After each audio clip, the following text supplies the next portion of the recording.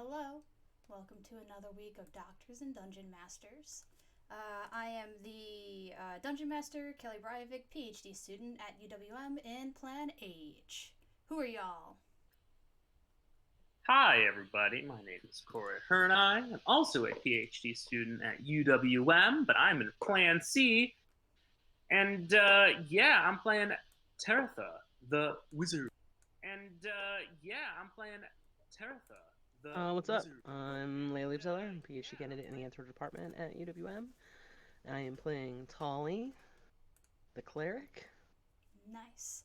As a heads up, I didn't have the stream muted, so we got to hear Corey introduce himself twice, but I'm sure that's not the end of the world. And I'm Eric Kirsting up at Willow. Nice. Alright, so I'm still playing around with levels because even though I literally touched nothing since the last time I opened this up, everything is off. But I'm guessing Oh people no! using different. I mean, I know that Eric's using a different mic. So, like, right now, Eric used to be the quiet one, and now he's just like all up and hello. Oh, I can turn myself down a little on my end. Yeah, I mean, I could also turn you down too, but I'll let you do I that. turned myself up last night because remember you guys were saying I was quiet. Yeah. And then I moved the mic, and now the mic is where it should be. So it should be good now, hopefully. Nice.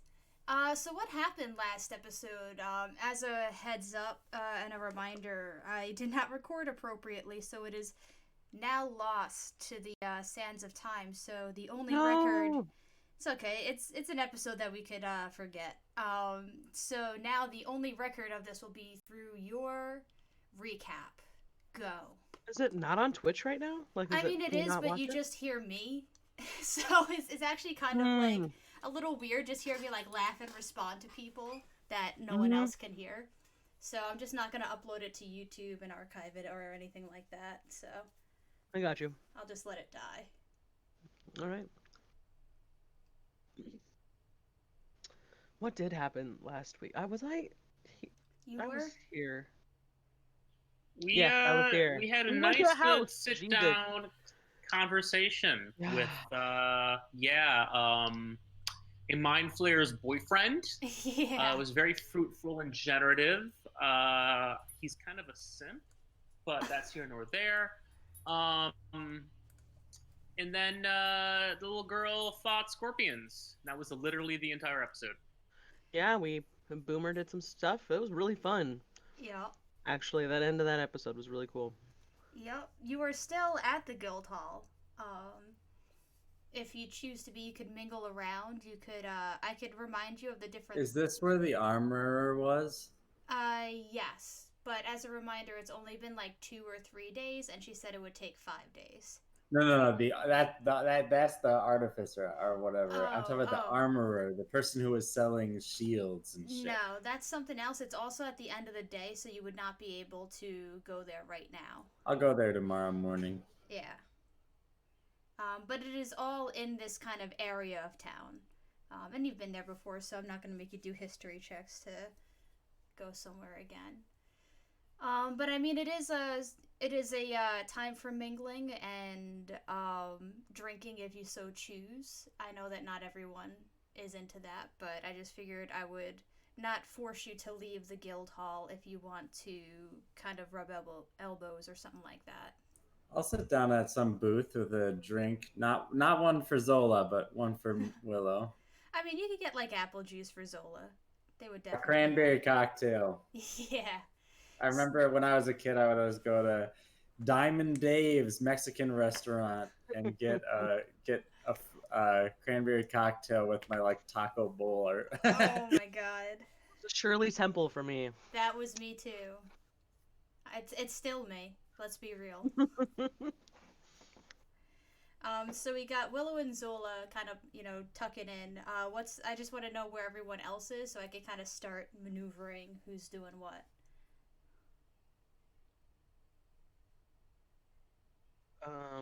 I think I'm gonna go read at the bar. Sounds good. And then Tali? That's a really great question. I mean, if people are sticking around, like if they're obviously, like the rest of the party is gonna be here, then she will probably sit relatively awkwardly next to Taratha. um, I love it. she's not used to being around as many people she doesn't know. So like Yeah, I don't know, in a social situation. Yeah. sounds good. Also, as a total aside, I took an Indian drumming lesson from one of my coworkers yesterday, and tali is the word that they use for like hand clapping the rhythm, like what That's beat they are in a awesome. specific rhythm cycle. So like the Lovely. entire time he's teaching me about tali, I'm like, that's all. That's actually kind of perfect, and I like that. Yeah. Um.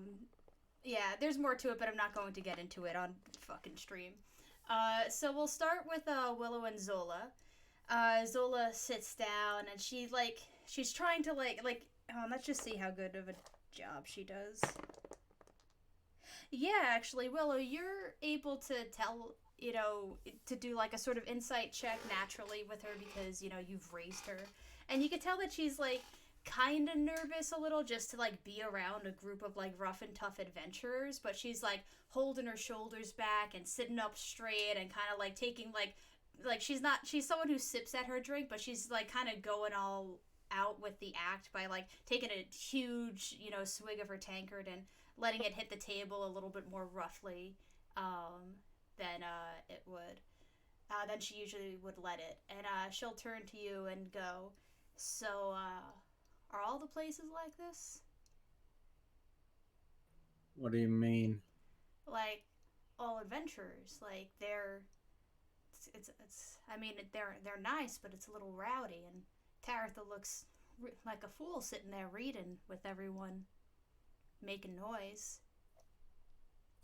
I mean, to each their own. Some people come here to, you know, just to drink. Some people come here to have fun. Some people come here just to be around other people while they do something else.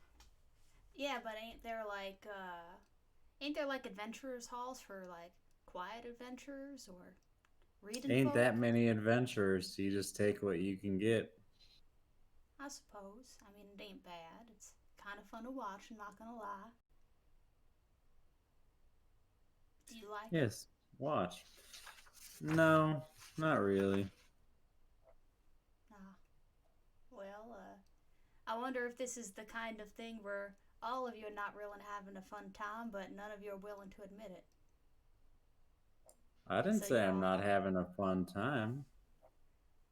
all right. Well, you said you didn't like it.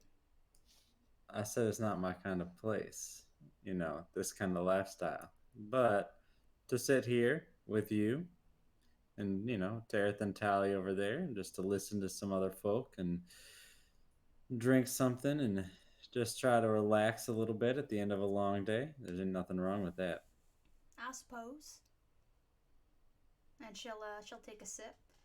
And let's flash over to Taratha and Tali. Are you two talking to one another, or are you just sitting there quietly in each other's presence? What I would give for even that right now. Probably that. Probably the second one. Mostly because Taratha's reading and Tully doesn't want to interrupt that, but also doesn't want to talk to any of these people. Gotcha. So, Well, the unfortunate thing is some of them do want to talk to you, but it is someone that you know.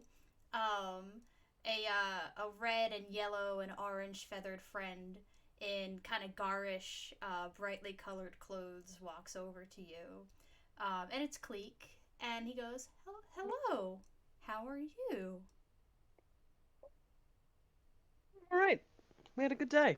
How about you? It was How you good. doing, Creek? I'm listening to the music. It's nice. What kind of music's playing? It's a sort of like sea shanty sort of thing. And here's the thing, Tali, you being on the sea, like this is clearly a bard who like heard a sea shanty once and was inspired by it, but doesn't know the sort of style of a sea shanty. I got Like you.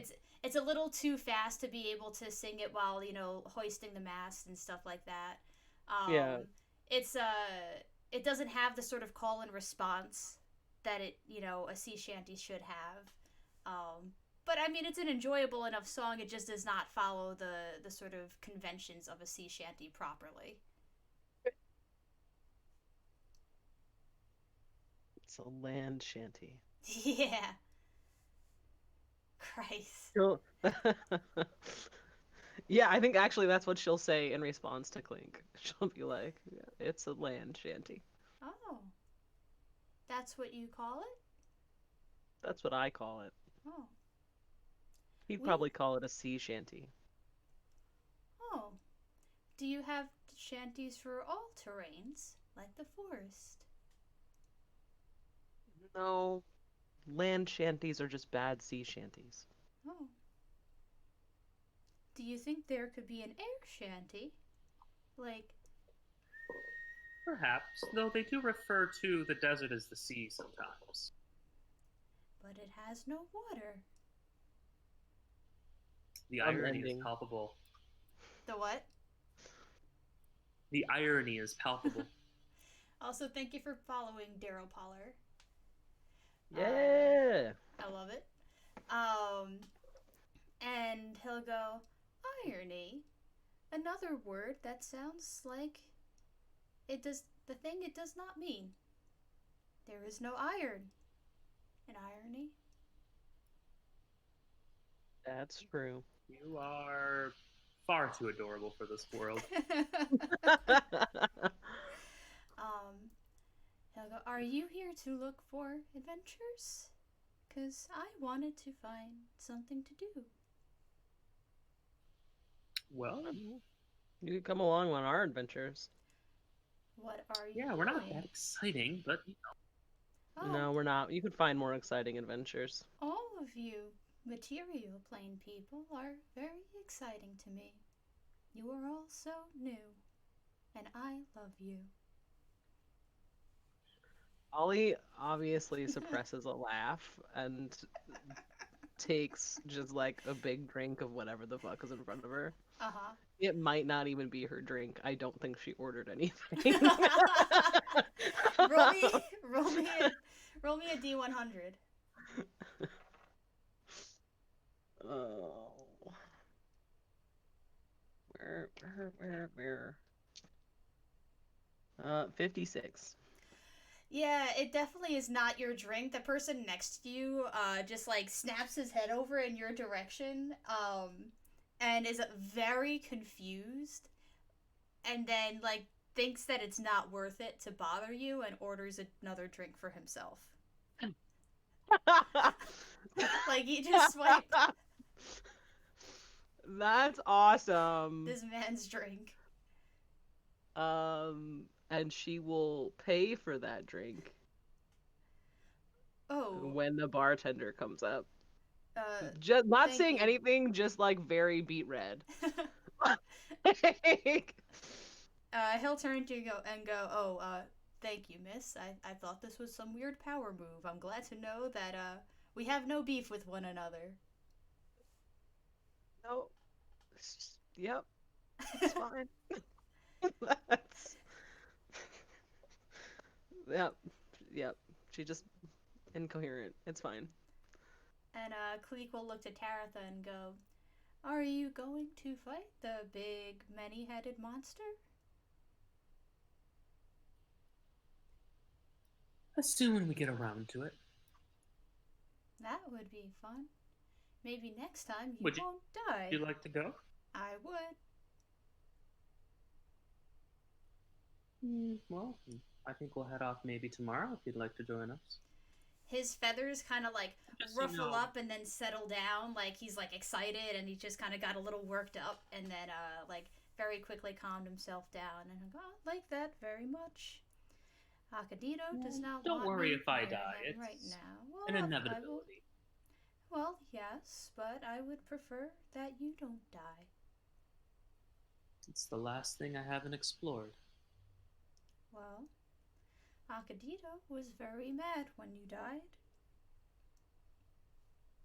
Why? Wouldn't be the first man. Well, because it would be a stupid way to die. Why Every does way that to matter? die is relatively stupid. That is true. There are But definitely some ways that are more stupid than others, Tali. Oh, I will completely agree. Taritha. Jesus. oh yes, but he is curious about you, and he does not want you to die until he has solved the mysteries. Mm-hmm. Okay. So it is selfish. That's good to know. Still what? I said so it is selfish. That's good to know. Well, do you say that out loud? Yeah, yep. Okay. Acadito is a It's good adorable. man. I'm sure he cares about your well-being, but he is on a mission from God, and that comes above our mortal wants and needs.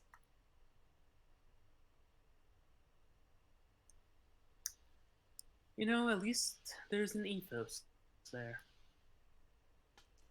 And let's go back to Willow and Zola.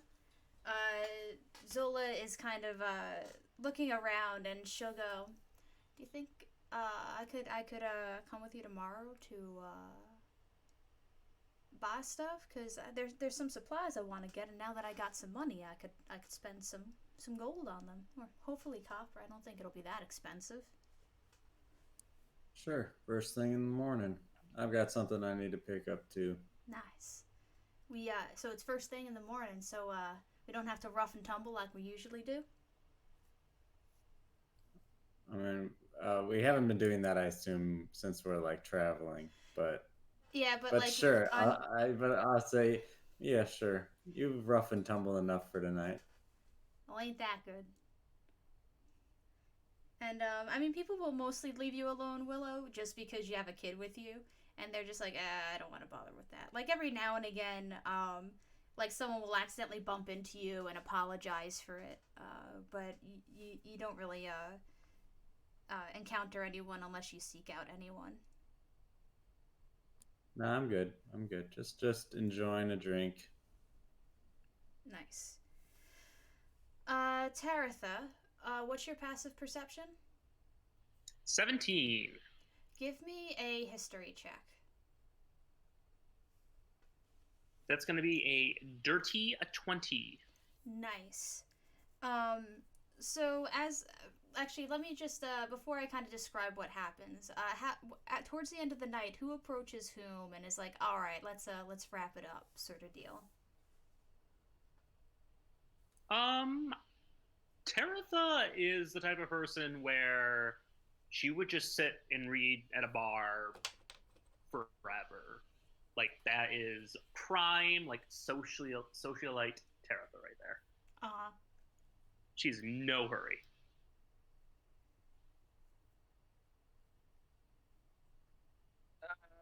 Yeah, Tali would probably wait for Zola to be done. Yeah. Okay. So she definitely she I'd holds say out. it's about. Oh, I'd say that Willow would stay for about 30 minutes, then want to go.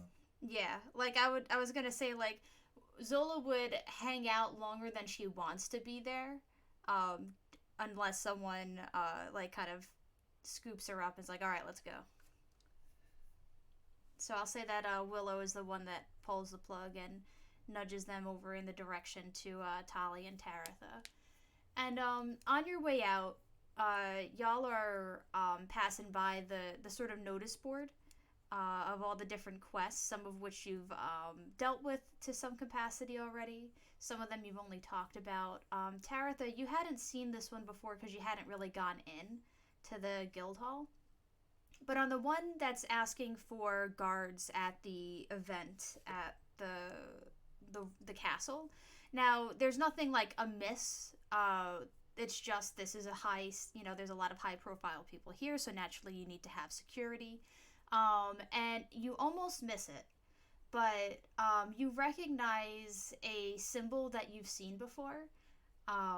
It's the purple swords crossed in front of a shield. And that's the one of the. One second. I think it's called Purple Shields that their thing is. Yeah. the purple shields, which is the thing that you've been trying to investigate based on what Alistair found. Um, it's the symbol that you saw in the picture of one of Good Boy Buddy's like rehomed dogs, and it's a little bit changed now. The swords are no longer there, and it is just like this sort of decorative purple shield. But there's just a single like slash across it, like almost like a if there was an X, but there's only one instead of two crosses. And it's almost like a like what happens when you tear a sword through a sheet um, over the shield. And you kind of get the hint that like it could be related, but you're not quite sure how or why. This is a sort of society that was put to rest, almost a decade and a half ago. So you don't know where to go from there, but there's just something that draws your eye to that. And so I've had Alistair, more or less research a lot of different things for me. Just so I'm clear, this is referring to what we were trying to find out in the library, right? Correct. So Gotcha. I don't think, and I could be wrong, but the only things that I think that you got were that there was a society called the Purple Shields. You do not know what they did, but you do know that all of the members, were imprisoned or something, bad but legal for the most part happened to them that just completely put a squash on the society. Alistair's dad had a tattoo on his arm of this symbol, but then no longer showed it after this event.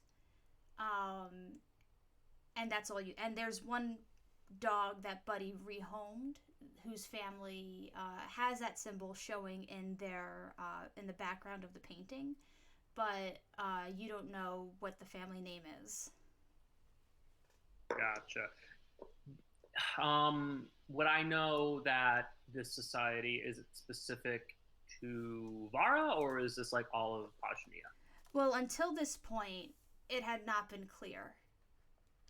So, like, I think it would have been safe for you to assume to like, oh, this is probably only Vara. But now you're starting to get hints that it might have been larger than one city. All right, I'm gonna try to approach him. Snap my book shut. It's It's just like a poster, right? Yeah. It's a poster. I thought a guy. Okay, yeah, never mind. Yeah. But that's a job that we could do. Yeah, like they have let me be a little bit clearer.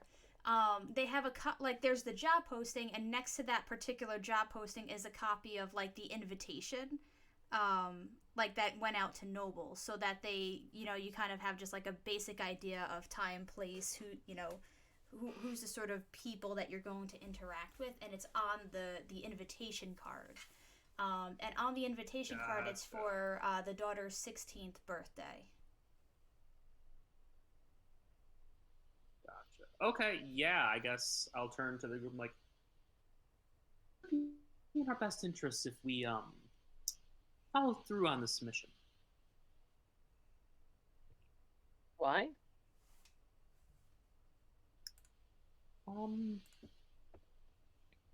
Nothing is pertinent about the mission itself, but you see that coat of arms on the poster? Or? Do you? Yes. Sorry, you cut off right there. Well, I think it would be in our interest because that's the society we're looking for. And Zola will go, what's the society you're looking for? Oh, are we there? I thought that might have. Okay, never mind. That was my way of like, kind of hinting to Corey not to blow everything all at once, because like you all were kind of walking your way out at that time. Doing research on Alistair's family. Oh, There's that's links. Here nor there. I need to follow through on this. and I would think it would be in everyone's interest if you would help me on this. Can I help too? I'd like to go to the castle. That is up to your auntie. Aunt Willow. I slayed a lot of scorpions, didn't I? That she did. Yep, that's probably enough.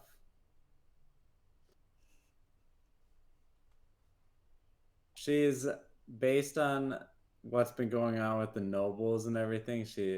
Willow's kind of skeptical about doing like putting Zola on a real job, thinking it might be a little bit more of a liability than it would be you know what I mean? Oh Like yeah. Zola she doesn't even want to do the job. She just wants to get into the castle.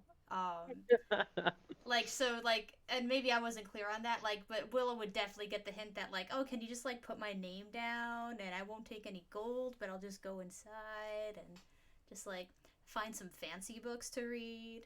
I think you'll have enough time, you're gonna have enough trouble tomorrow just trying to read through the books you've gotten. I suppose, but it is in 2 nights. I could be done with my books in 2 nights.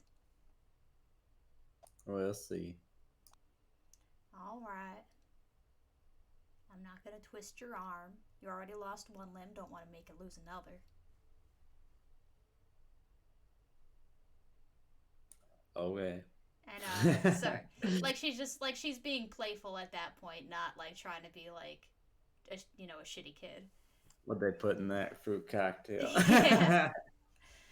I mean, she is riding a little bit of a high. She just made her first proper cash, and yes, y'all were helping her a lot.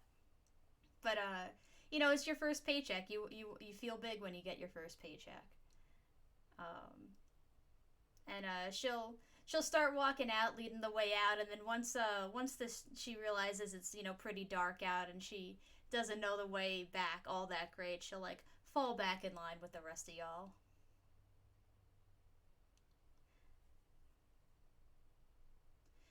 And I imagine you go back to the caravan, long rest, all that stuff. Yep. Yeah. Okay. Mm-hmm. So, if I'm not mistaken, you've been in Buckrell for 3 days now. So this is the 4th day. I thought today was day 3. Let me think. I could be wrong. I thought we entered town and we went shopping and there was no adventuring on day 1. Yeah, you did a lot. You did a lot of stuff on day 1. So you're right. This is the start of day 3. The party is at the end of the evening day 5. So then she would have said 3 nights away, not 2 nights away. All right, I'd like to go head out to the armorer. Okay. Is anyone else? Zola can come with. Okay. Yeah.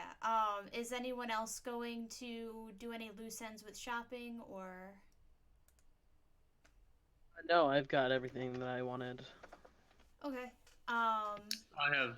Go ahead. Yeah, everything. I'm just waiting on my armor. Just Okay. waiting on my armor. Sounds good. Yeah, and I'm pretty sure all of that was supposed to be day 5-ish. Sounds about right. Yeah, I would Yep. The way that I lined it up was I was intending that it would be done by end of work day on the 5th day. So if you did end up going to this the nobles mission, then you would have Guys, other I stuff. think the DM wants us to go to this party. Listen. Hint, nudge, nudge. You need to go to the announcement in the center of town, y'all. Bring Remember your that? gun. Listen, Nope, we're just starting game with you here. You don't get a choice. You're going. To be fair, there was You a wake lot up. of setup. You're a I guard did. in a castle. I mean, to be fair, you don't have to. I could figure out other ways for you to get this information. No, it's okay. But I want But- No, this is gonna be fun, and I love party sessions anyway. Just I have 2 things. Well, just one thing. There are no saddles at this party. Oh yeah, that's fine. 0 saddles. That's fine. No, that's not happening. No, I know. They bear back. Anyway. Oh. Yep. So, yeah, Willow, you could just announce the things that you buy, um, unless you wanted to like role play out the I just need shopping. to confirm that the Sentinel shield would be 100 gold. It What is was the listed rarity? under uncommon. Yep, then it would be a At least 100. on the Discord. All right, I will spend that. I'll spend that money on that, Mm-hmm. and now I have a shield. Nice. Um, Zola will go to the bookstore and a craft shop. Um, in total, like millennial girl fashion, and she'll be smart with her money though. Like you could tell that she's not just like blowing through it just because she has it. And she chats with one of the workers there for a long time, not a rudely amount of long time, but one of the other workers there is around her age, and she just wants to like swap retail stories pretty much. And once they leave, she goes into the craft shop and buys some like strips of leather and like a leather like her own little kit to like carve into leather, and then that's all she gets. Sounds good. I'll approach you guys with my new shield, and I'll be like, so what are we doing today? I think we're going to a party. That's 2 days away. It's Yeah, day 3. that's the end of night 5. I don't know. What are y'all feeling? Go We have to finally keep- deal with that Hydra. We have to keep looking for these mind flayers too, eh? Yeah. So we don't really have any leads. At least not that Eric can remember. You guys get any leads from the guy? No. No, like above table. And you could definitely try and come up with other ways, but so far like the only chance that like that you readily have is for Taratha to scry on them while they are on this plane, but you have no way of confirming if they are on this plane or not.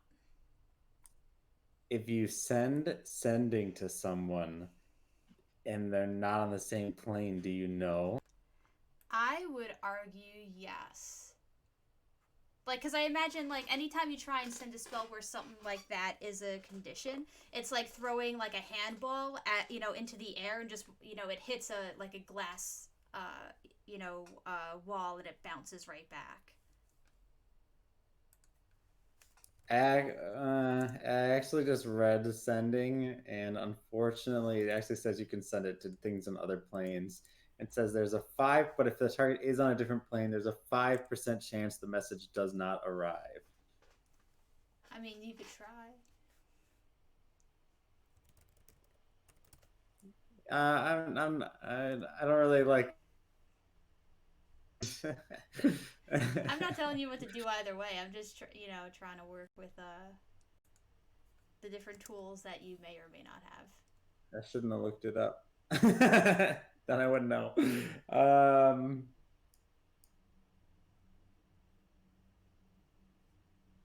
No, I won't do anything like that. Hydra sounds interesting though.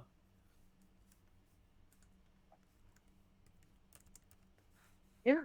I suppose, even though it's a terrible, awful idea, we should just leave it the fuck alone. Sure.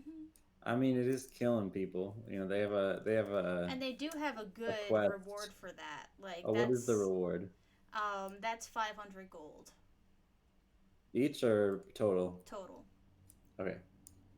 Bear in mind, like, so Vara's a lot more expensive. Everything here is cheaper. So, like, 500 gold would essentially be, like, 500 gold each if you were in Vara.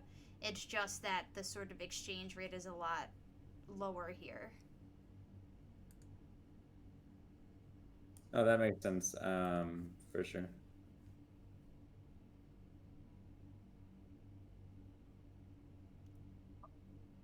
Go kill it.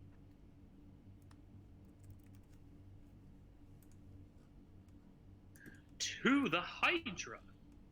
Nice. Are you gonna bring Cleek? Because he's all ready to go. You could try and employ the help of others if you so choose, but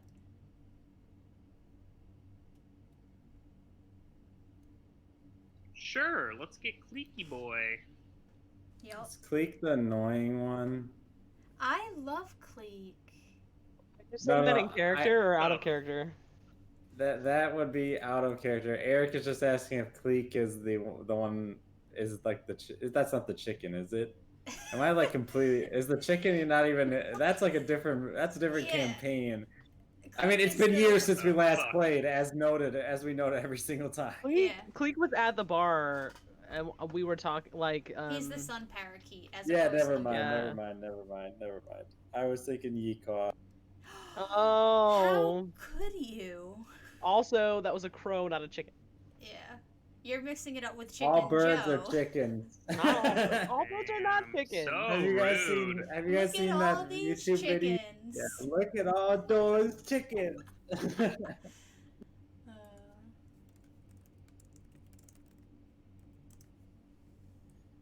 So I guess now is a good time to tell you guys. We reclassed Willow. yeah. as what?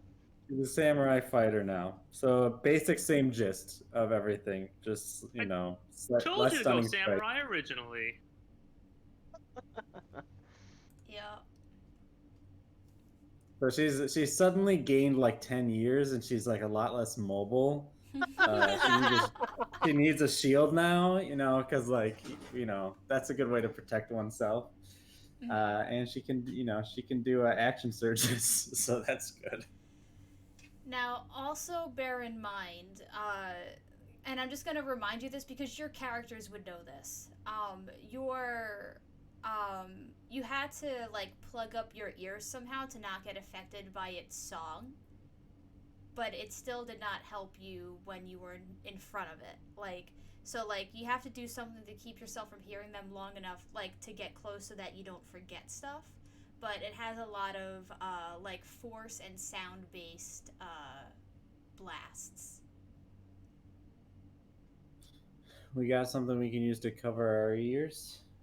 I can talk to people without hearing them, but so I'll be okay. But maybe I'd like talk to the armorer that morning since I went to him. Like, got anything that like ear protection?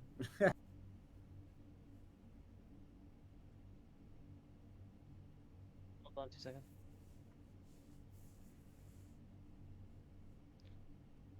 I do have silence. It does have multiple heads as a heads up. Kelly, would stuffing wax in ears be a reasonable solution to this? It would be, but only for the the mind song. And there may not be a way to stop the sonic blast. It's just you need to do something for the mind song at the very least. Yeah, so we all just put wax in our ears.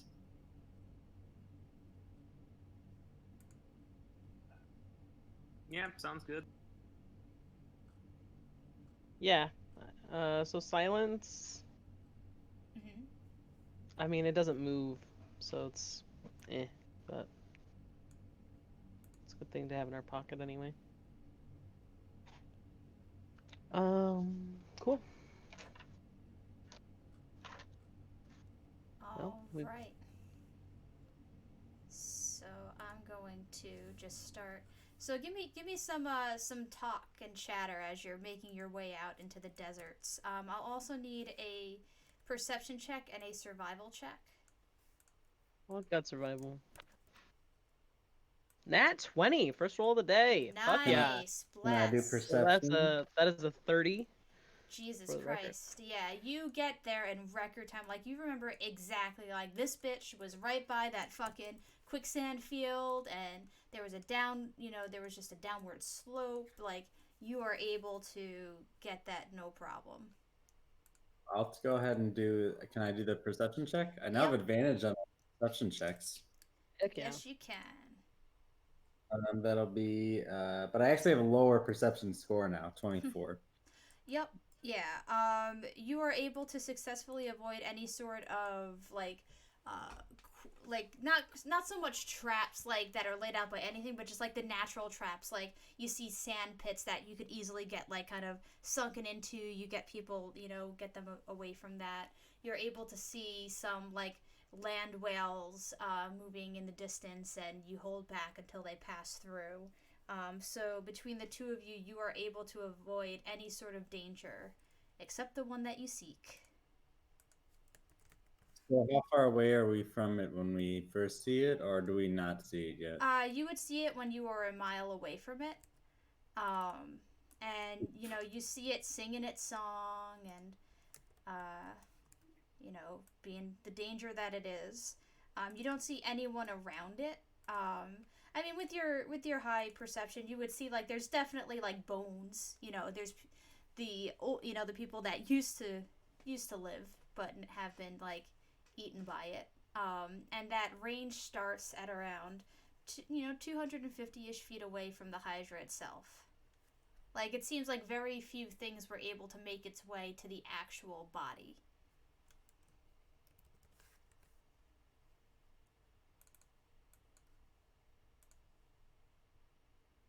All right. So, and how big is it? It's like, is it gargantuan It is or a I'm sorry, huge aberration. so that's like 20 feet tall, right? Yep. All But right, remember, Tabitha, it you was able got a to extend its heads far, far past its body, like hundreds of feet away. all right. Yup. So I'll be willing to Ollie's just like, this is I'll, a bad idea. But she's here. Yeah, sorry, Eric. What were you doing? so Tabitha, you got a plan? Yeah. Turn it into a chicken. Same plan as before. But is that gonna solve our problem? I want to just become not a chicken after a while. Yeah, but then you fly it up really, really, really, really high, and then you drop it How are you gonna fly it up really, really, really, really high? with my ability to fly.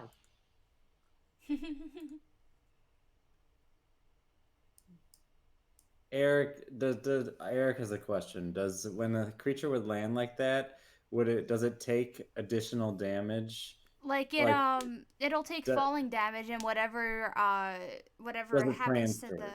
it transfers over. Like, so if it has 1 HP in chicken form and it takes 50 damage, it takes 1 damage in chicken form and 49 in its real form.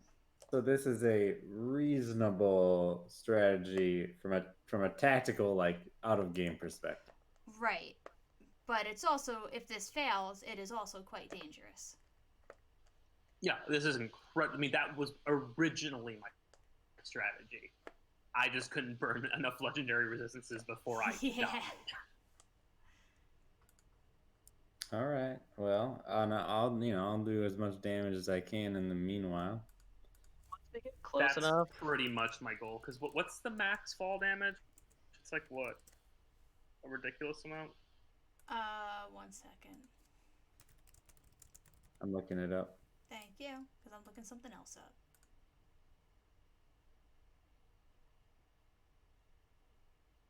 The 20d6. So you're only looking at around 60 damage there if you hit the maximum.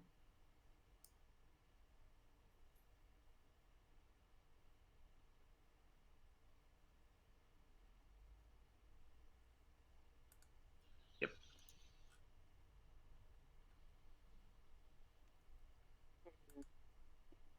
There are things we could do though.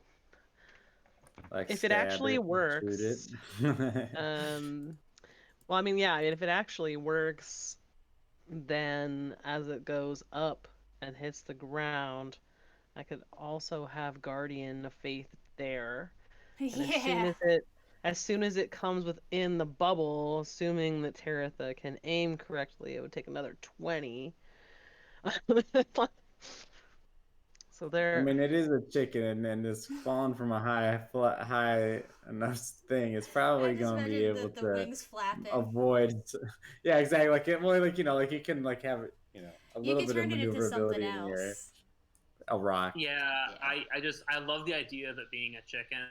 I mean, you So can't. we can work You could that tie out it when we up. get there. We're not there Yeah, you could tie its yet. Perfect. That's wings. beautiful. Tie it up. I So love it. there are multiple things to be done. Like I have twine apparently, just ready for this moment to hog tie this polymorphed Hydra chicken. Actually, if I do turn it into a chicken, we're not there yet. Could we say it has 3 heads as a chicken? Yes, I love it. But it's four Okay. heads.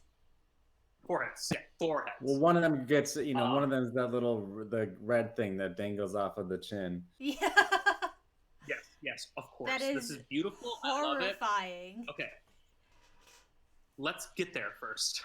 All right, so tell me what your game plan is, because like So it is going to most likely see you. Can but- I do a history check to remember remember how far its reach was, and then That would make be a guesstimation? nature check. Oh. And I would be willing to approach from a different angle to try to like distract it to get everyone else to get in maybe closer or something like that.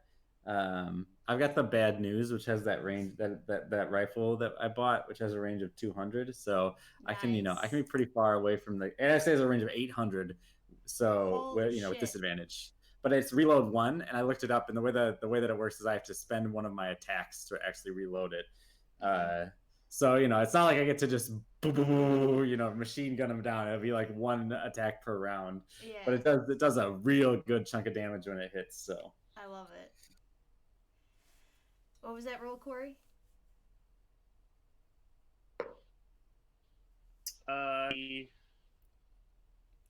17. Yeah. I mean, seeing the pile of bones in the range gives you the sort of like ability to guess that it's around 250 feet that the range is. Oh, okay. I'm thinking like we saw it from a mile that has like a range of like a half mile. Okay. No. It's you first see it from a mile away. You start approaching it. You know that from these heads are not the epicenter of the body. The epicenter of the body is 200 plus feet away. So I was assuming that the combat is going to start when it starts, when you approach its range. And I'm going to say that this line right here, actually no, I'm going to say that the line that this wheel is on is going to be like where the bones end. Does that make sense? So that's like where the range starts or whatever. Yeah, this is like the actually, yeah. So this is like the end of the melee range. Hey, Stronger Coffee. What's up? Hi. Yo, sorry I don't have chat pulled up. But No, it's okay. I didn't either, which is so I'm hoping. I mean, you're more than welcome to chat Stronger Coffee. Maybe not give like, oh, this is how we beat them, but just swapping stories and chat's always fun. But sorry, Leia, what were you saying beforehand? I actually don't remember, so it's fine.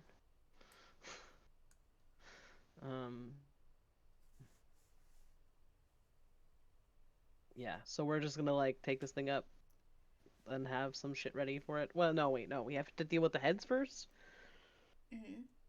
Okay. And Eric, you said that. Did you want to so as far as approaching from a different angle, like you are all going to have to like be a certain way about it. So you just have to let me know, like how far away from the bones you want to be, and you let me know who you are near or if you're not near anyone, because we're just going to use this sort of plane as like the full radius. So this really should be a circle. So and that totally makes sense, the circle thing. Yeah. My only question would be, does it have AoE abilities? You would know that it does. All right, yeah, I would offer to start the combat from a distance, like and not from like the west, and you guys because you guys are coming in from like well what looks to be the south on our current map, right? Yeah. And like I could try to like draw their attention, and then you guys could like move in because that is quite a distance to cover, right? Mhm. That initial amount. So I have you 5, 10, 15, 20, 25, 30, 35, 40, 45, 50, 55, 60, 60. So right now I have you 70 feet away from the, like the heads.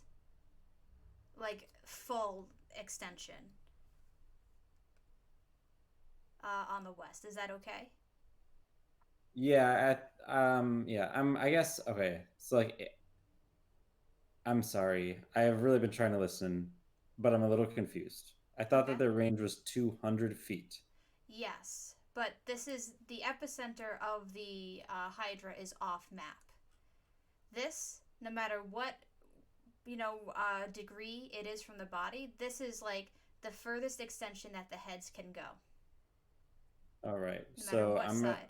Because the I'm map's not going big enough for me to be able to have 500 feet of combat. absolutely, absolutely. So You're what I would saying at the wheelbarrow, right? Yes, the wheelbarrow, this line across here, imagine this line is a circle that's made straight. So we have it that Eric is on the west, 70 feet away from the extent of the heads. okay. And then I assume everyone else is on the south side, so like of this same circle or something along those lines. And is there a reason for us to be grouped at all? Yeah, I mean, you guys could There break up. is the main reason why you would want to be at least not like all coming from different angles is that means you're going to have 500 feet of danger zone in order to help anyone. So you don't want to be grouped, but you probably want to approach from like the same like range of 25 degrees so that you're far enough from one another but not group like so that you can't get hit by the same AoE, but close enough where it doesn't take 3 rounds of dashing just to get into range Yeah, to. yeah, yeah, yeah. No, I totally agree with that. I was just wondering if there was a reason we should be all like in an actual like right, because right now we're in a group because you haven't moved us, not because we're actually in a group, right? Correct. But like, if there was a good reason to be in a group or not in a group strategically. Also, I'm just gonna say this out loud. COVID brain has hit hard today, Mm-hmm. and I am not entirely certain I'm actually seeing what you are describing. So I'm really sorry if I fuck any of that up Okay, so as we move through this. But here's what I'm doing. Moving up and down on the map, normal. Every move sideways is 10 feet of movement because you have to imagine that this is a curve map. yeah, yeah, Yeah, yeah. So the So, yeah. words coming out of your mouth totally make sense. It's just when I fuck it up, please correct me, and I hope it's not okay. annoying. It Just is because kind of hard to visualize. I'm, uh, I'm having a hard day, and Okay. so that How I about this? just Tell me how far away you want to be from the extent of the heads. Let's just start there. Um, I was thinking that I would be away from everyone else by a little bit or whatever, and then what I would do is I would try to sneak up to 200 feet, and then I would like try to start the If you would combat by be in, shooting bad news or so something 200 feet away from where the heads are or from where the body is? Because from 200 feet where the head yes, it's 200 in feet. their range. I'm trying to sneak into their range and then take a shot. Because I can't move 50 feet in one turn. I can only move 30 feet. So I can't get into range from out of range in one turn. All right, so I want to know where everyone else is because I'm only going to give you the chance to set yourself up without getting surprised or you surprising them. so I have a On the question. pause on the condition that what's it called? On the condition that like you're not going into their range because Taratha would have probably let you know at this point that they do have blind sense. You don't know the range, but they definitely have it. So if you're Blind trying to sense also doesn't mean that you can't possibly stealth it. But yeah, I understand. correct, but what I'm saying is I want to know where everyone is without going into their range. If you want to get into their range, that's something separate, but I want to know where everyone is so that we don't get the but I wanted to be there. Oh, but I thought that this before combat happens. So I want to be fair. I want everyone to have time to say where they are before we get into initiative rolls. Okay, so I have a question for Taratha. What do you need to be able to do what you're doing? Like, do we need to take the heads out first? Is that what's going on? Can we, like, Um, go are we all the way around doing these this in things and attack the character? body? Yeah, like, well, yes, I guess, We need to because burn the legendary resistances. Is what we need to do. so the attacking the heads is good then. We need to make sure we're casting spells on it so that it'll want to burn a legendary resistance. That's the aim. Yeah, so on the heads is fine though. We don't need to be like going around here to attack the body directly. No, I mean, it all shares, to my mind, I'm not sure. It all shares a health pool. I think there's a way you could take out a head at a time mechanically. Like, this is all above table, but I'm not Right. entirely sure about Hydra mechanics. Yeah. So if you want to do that, that is something I think your character can make up. Yeah. But yeah, the goal here is to burn legendary resistances. Okay. Cool. So that's just by casting spells on it. That's what we're saying. Yeah, but you want to cast spells where it's going to want to, negate them. If you want to Oh, I start the don't really have combat that. too, I like Taratha, I can always just move in and take some shots after the fact or whatever.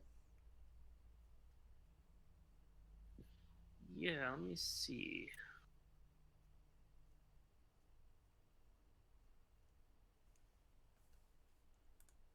Okay, so in that case, Kelly, I will be. So Eric's just gonna ask a secondary question. Just I know it sounds stupid, but the Hydra has like legs and stuff, right? Yes. Like it can move around, right? Yeah, It it's can not move just like around. heads poking out of the sand. Yes, but the heads are, sorry, my chair's creaking. The heads are super fucking fast. Like, it can move a certain speed, but it's the heads that can just in literally 6 seconds move 200 plus feet. I sent an image of a Hydra I found on Google. This is generally what we're fighting, right? I'm trying to get like the visual side of things. Just imagine the thing from Hercules. That's what you got. All right, that's pretty similar to what I'm looking at. Hydra can mean some different things, especially if you play Dark Souls. there's a Hydra in Dark Souls, and that's what I was imagining, and it's not like this Hydra. So that's my bad. But now the picture's a little more clear. Yeah, I'm fine with whoever wants to start combat. If we could sneak up, it would be nice, but it looks like we're just gonna have to try to close that 200, the 200 feet, Yeah, while I we're mean, fighting it. I'm worthless. From this distance, I need to be minimum 120 feet before I can even start doing anything. So, but Willow right now is 70 feet from the heads, right? And we can, like, attacking the heads She's is not okay, she's right? not 70 feet from the heads right now. She is 70 feet from where the heads can extend. Okay, so which is to the wheelbarrow barrel line. Correct. Okay, all right. I'm sorry. The body, the wheelbarrow is 240 feet away from the Hydra body. Okay, all right, cool. And okay. Would it make more sense I'm just throwing this out there to like instead of like having a normal 5-foot map, have like a 10-foot or 20-foot map that we can more envision the circular nature of things? The I mean, I reason think we can't, because we need to know how much you're moving forward, and at the same time we have a 10-foot map in terms of every movement sideways is 10 feet, every movement up is 5 feet. Okay.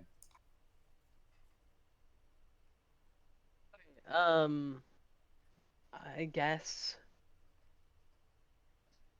I will be. Is there a boulder to the east of the middle of the heel? Is it something to hide behind? Yeah, you can Trunk? hide behind a boulder. Okay, yeah, I'll be to the east.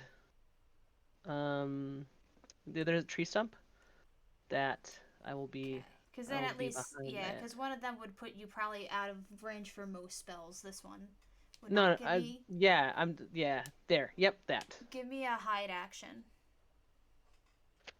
Is that just stealth? A stealth roll? Yep. All right. Well, it's not awful. It's still not great. It's a 19. Sounds good. What was I gonna say? Taratha, where do you want to be?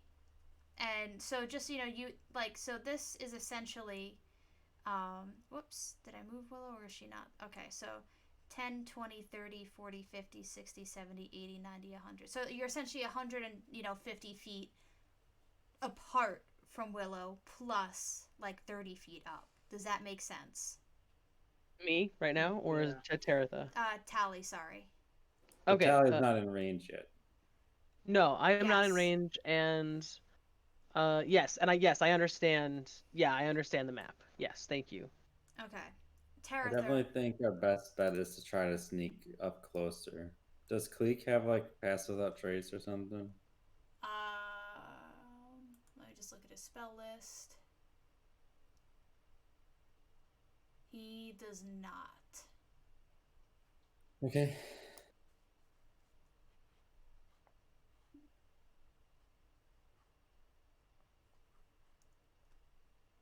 Taratha, where do you want to be? I think I want to start maybe 120 feet away. From the where the heads can go. That's 370 feet away from the thing, just so you Okay. know. So this map only goes to 70 feet out. So we're like, even though you're 70 feet, I know that you're 120. Wait, I just want to double check. What? Taratha, you want to be almost 400 feet away from the creature. I want to be 120 feet away from the creature. Yeah, but Okay, No, so this is 100 my. oh my This, God. I'm getting confused now because Okay, I'm are just we gonna attacking the heads pause. or are we attacking the Pause. body? I'm just pausing. You cannot get within 120 feet of the creature because the heads go 240 feet out.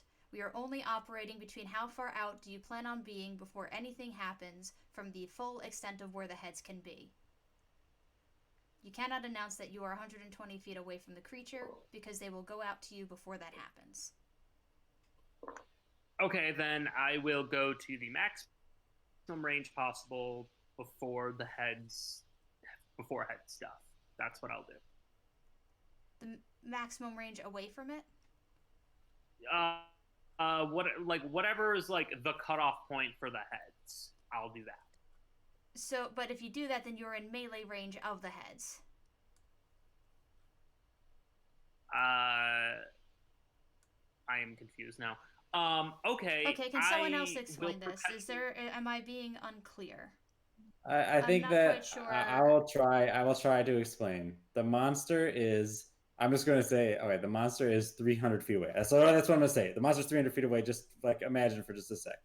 Now the monster has 4 heads. The 4 heads, I guess, are.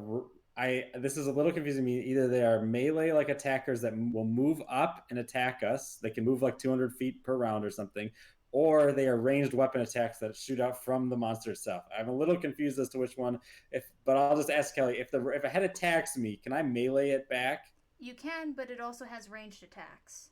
Okay, that's all. That's all that matters. So the Hydra itself, the heads I guess are so big, which is a little confusing because it's 20 feet tall, but it has a range of 200 feet. No, I know. Extendo necks. It's like the Diplosaurus or whatever. But so it's got these long extendo necks that we are going to cut off the heads of that shoot out 240 or 250 feet. 240.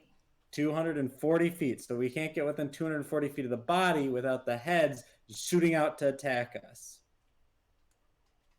Yes, I understand that. That's why I'm saying I want to be like at that cutoff range. That's Okay. how far I want to be. I just want to make sure that you are okay with being in melee range of the heads, meaning they could do literally everything to you. I think he means like 5 foot back from melee range. Yeah. Yeah. Like imagine if like I had my sword out and he was 10 feet away from me, right? I couldn't hit him Okay. with the sword. That's what you're saying, right? But he could still hit you with other things. It could hit you with any ranged thing that it has at that point. So the line of bones that is denoted by the wheel Yeah. It is not it does not include the actual ranged range. It only includes the melee range. Yes. Cool. Okay. I will perpetually be 60 feet behind Willow at the start of combat. I don't know Sounds where. good. You know, I'll just do that. Okay. I think I know how I want to start combat. I'm I gonna think I start just it want by to get crying their at this attention. point. I just want. This is pretty confusing. I think it's fair to say, but it's hard to imagine because the things have it has such a huge range. But I would just like to get its attention and take the dodge action so that the heads come up, and then they'll attack me, but I'll be okay, and then everyone can attack the heads because they'll be closer. Right? That's the only thing we can do, right? So you're trying to go up to melee range, go to the heads.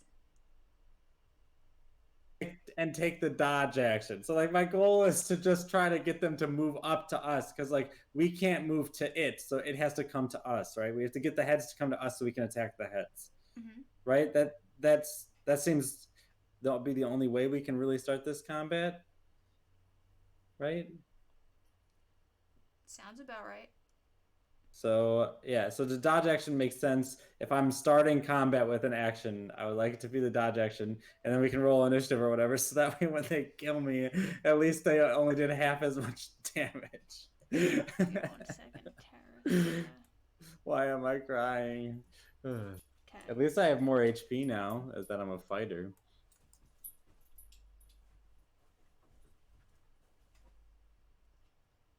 Okay. So Taratha, now you are exactly 60 feet behind Willow. And a final reminder, moving north and south on the map is normal movement. Moving east or west is half movement. Correct. Just to account for the curvature of the map that should be there. There is a strong wind somehow blowing from the east and the west, creating difficult terrain, but only in those directions. Yep. Willow, give me a deception check. Why a deception check? To kind of appear that you are not trying to goad it so that, like, there's other people in the wings ready to go. Or a performance check. This thing is smart as shit. Yeah, it's smarter than Taratha. Okay, so I guess I'll just, I'll just deception. 8. Oof. So, you go up and you, like, clang on the shield, or you're trying to, like, just, seem like some cocky adventurer that's ready to slay this beast. And the song stops. What? That's a dodge action. Yeah. And the song stops. And all 4 monstrous heads turn to you. And it, like, the neck extends, almost 200 feet. It stops exactly 100 feet away from you. And it goes, well, one of them speaks, "Nice try." I don't I can't hear them. I have wax in my ears. Nice. Well, you see it, speak. I think we all have wax in our ears, right? Yep. C. Yes. I read its lips. Yep. Is it doing anything? Is it just like nice try? Yeah. I'm gonna pull out bad news and shoot it. Okay, let's roll for initiative at that point then. No one's getting a surprise round on anyone. Dirty 20. Nice. Oof. 100 feet away from me, you said? I'm sorry? It's 100 feet away from me, you said? Correct. All right, I pull out Cotton Ball because then I can at least have my shield up still. That's all. I just pull out Cotton Ball. That's, Do you have Cotton Ball yet? Yes, Cotton Ball I bought. I just bought at the store. Right, I forgot about that, yeah. That's a +2 pistol. Okay, who got above 20? I got a 20. Nice. Double fucking eights. God, Holy what the shit. 13. Doesn't matter. It doesn't matter. I assume I'm later. And Tali? 19. Okay. Oh, I'd have to roll for Cleek. All right. Thank you, Sentinel Shield, for nothing. This time, at least. Taratha, what are you doing? All four How heads. far away am I? You are So I'm 100. 160 feet away. Yep, from any of the heads. Okay. I'm going to move up. Use my dash action to move 40 feet up. So I'm exactly 120 feet away. That's exactly what I'm going to do. That is going to be my turn. Okay. So I'm going to say you're just 20 feet away from Willow at this point. 5, 10, 15, 20. Okay. Tali, what do you do? Yeah, I guess cover is blown, so it doesn't actually matter. I 5, 10, 15, 20, 25, 30. I won't just move up to the wheelbarrow, to the line right underneath the wheelbarrow. Here? Hold on, I'm getting lag. Yeah. There. Okay. And also gonna take the dodge action. Nice. Willow? I'll move up 30 feet, so I'm now 70 feet away. Is this correct? Mm. That's very annoying because my pistol has a range of 60 to 40. And then I'm just gonna shoot at it twice. Sounds good. Or I'm just gonna take the dodge action. Because like two attacks with disadvantage, or maybe not taking some damage. Maybe not taking damage actually sounds pretty nice. So I'll move up 30 feet and then I'll just hunker down Actually, behind my shield. I forgot to have it do its legendary action, so that might change what you would do, Willow, because it was holding one of them. So at the end Okay. of Tali's, 1 second. This head is going to shoot out, head 1, and shoot out a sonic blast at you. I need you to. Is you Tali or Willow? Sorry, Willow. Okay. 5, 10. Nope, goes Woodmore. Sorry. And there's actually no save or anything. You just take it. It's 15 points of sonic damage. Okay. Now you have. Willow, look after that hit. She still has more HP than she used to have. Okay. All right, so now Willow, you can. It's take just your... a flat 15, right? Yeah, flat 15. I'm not that's it. okay. Good. I wanted to make sure because Leia, you worried me for a second. I was wait, did I take like flat 15? Oh, no, Like, no. did I mishear that? So Like... I, as both the like player and Tali, knew approximately how many. Like I didn't know exact, but I knew what a 15 would do to you, and like approximately what Willow would look like, right? And now I don't anymore. So that was just me like Tali's just keeping an eye. New Right. total is 94. As opposed to before where it was, I can look at my old character sheet, it was like 70 something. Yeah, 73, with 15, so. 15 would have like not like Willow needs healing right now, but it would have not been pretty for Yeah. previous So Willow. So I just wanted to see anyway. I'll move up 10 feet into melee range with head 1, and Mhm. I will use my bonus action to activate Fighting Spirit. Nice. So as a bonus action on my turn, I can give myself advantage on weapon attack rolls until the end of the current turn. And when I do so, I also gain 5 temporary hit points, which increases to 10 at 10th level. So I gain 10 temp hit points. Nice. And I have 3 of those a day. And I'm not going to use my action surge yet, but I will. I'm gonna cut them up, I'll do 2 attacks with advantage with my with undoing my sword. So the first attack is a 25 to hit. That will hit. The second attack is a 29 to hit. That will also hit. Okay, and then I just need to get the right dice out. Ooh, that's not as good on the dice as it could have been, but it's still 23 damage, slashing damage, as a from a magical weapon. Sounds and that good. and that will be my turn. Okay. It's going to use a legendary action to bite you. Does it have? It does no longer have disadvantage on that, right? Why would it have disadvantage? Because you took the dodge action. I just want to make sure there wasn't anything. No, that was last turn. Okay, that's a 23 to hit. That'll do it. 6. Wow, that was like almost minimum damage. So that is a 13 points of piercing damage. The average is 23, Okay. by the way. And you are grappled by it. No save or anything. Just Yep. making sure. Yeah. Okay. And now it is Cleek's turn, who is going to cast Dominate Monster on it. Oh, mama. Yep. Oh.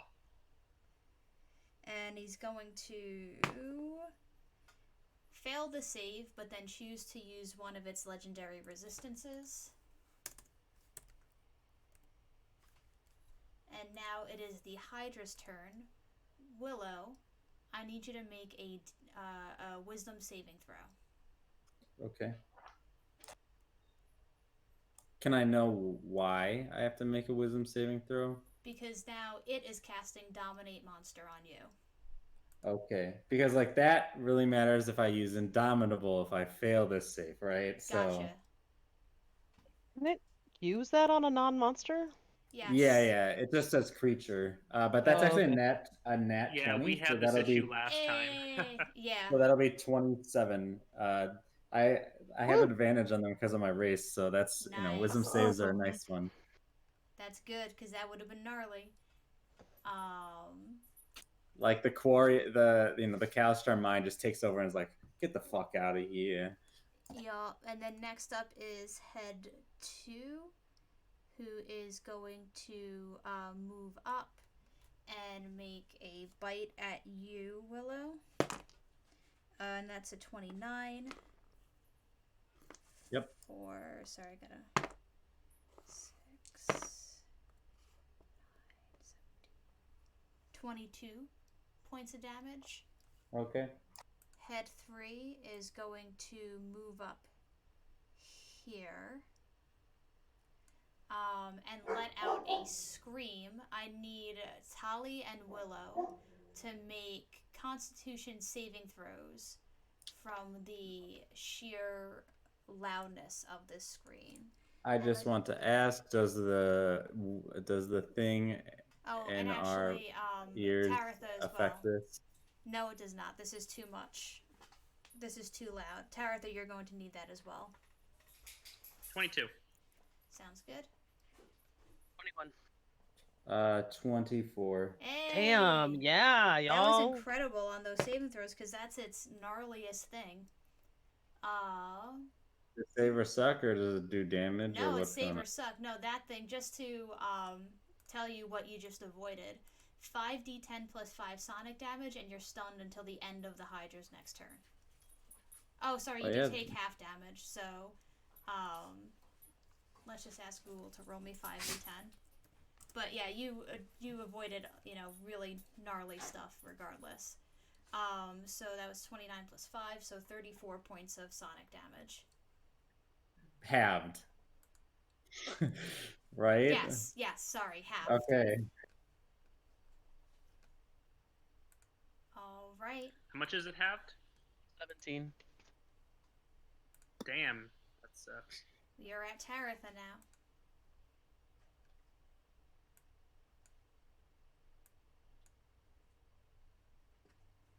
So I'm exactly 120 feet away, right? No. What? You said you. You're 60 feet away from the heads now. Oh, I'm 60 no, feet now? you're From head 1 and 5, head 10, 2. 15, 20, 25. You're now 30 because they moved up. You're 30 from head 1 and head 2. You're around 60 from head 3. You're still 120 back from head 4. Okay, so but I'm 30 feet away from a head right now, right? Yes. Okay, sorry. Just trying to make 100% absolutely sure. Okay, I'm gonna throw out 10 spikes and cast animate object on them. Yes. All right. And that's going to be. Oh my! I hate rolling this. If someone wants to like go ahead while I roll all these, Its AC is 16. So just to help you with Okay. what hits and what doesn't. Yeah. I'll start rolling them, and the person next can start working through their shit. Yep, just so you know, at the end of your turn, it's going to take a legendary action to bite Willow again. And that's another 29. Are they rolling really well, or do they have like plus fucking 15 to hit? They Jesus. have a huge plus to hit. One Great. second. 5, 11, 24 piercing damage. Now it is Tali's turn. I have 13 HP So left. 4 hit, but 1's a crit. Nice. Just tell me the damage at the end of everything.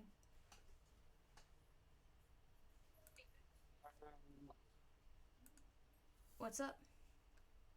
I am trying to see. I can't even. You actually hear like yelling from Cleek. Oh, I got this. You hit it. For Willow? That's what that. 36. Can I assume he means Willow? Yep. So like, I mean, you could heal if you want to heal, but just know that Cleek has a plan for Willow if you would rather smack it. So it's up to Tali. I mean, I can't smack it. I can get 30 feet towards it to the west. And I'm going to cast Freedom of Movement On Willow? on myself. Sounds good. So you're moving. Oop. Because I would have to touch Willow, and I can't get to Willow. So my goal is to like just make myself another target. Okay. Sounds good. Then at the end of your turn, it's going to. This head 2 is going to Sonic Pulse you, Tali, and that's going to be 15 sonic damage to you. Okay. Willow, it is your turn. Alright, I guess I would like to. I'm gonna use another fighting spirit for my bonus action. Sorry, I was adding the thing, so I have advantage, and then I'm going to I'm going to use action surge, and I'll use all 4 attacks on the head 1. I love it. I'm just gonna roll all of them and let you know. So like first one's a 29. That'll hit. Second one's a 26. Yep. Third one is a 22. Mm-hmm. Fourth one is a 29. Yep. Okay, and Fuck then is I'll dead. roll. So that's some damage. 8. Ooh, that's pretty good. 8, 16, 20, 22 plus what's 9 times 4? 36. 59 so plus that's 36 plus 22 is essentially 59 is what has currently been hurt. yeah. No, yep, that is how much damage I do. I do 59 damage. Nice. So just, like you know, you guys watch as like Willow gets like a little low, and then she does 4 quick slashes, and there we go. That's my turn. All right. What it is going to do next is its legendary action, the last one, and it is going to try to bite you, Willow. Hey, but that's a 17. Does that hit? No. Okay, good. I throw out the shield and it, like, it acts as a barrier between me and all those nasty teeth.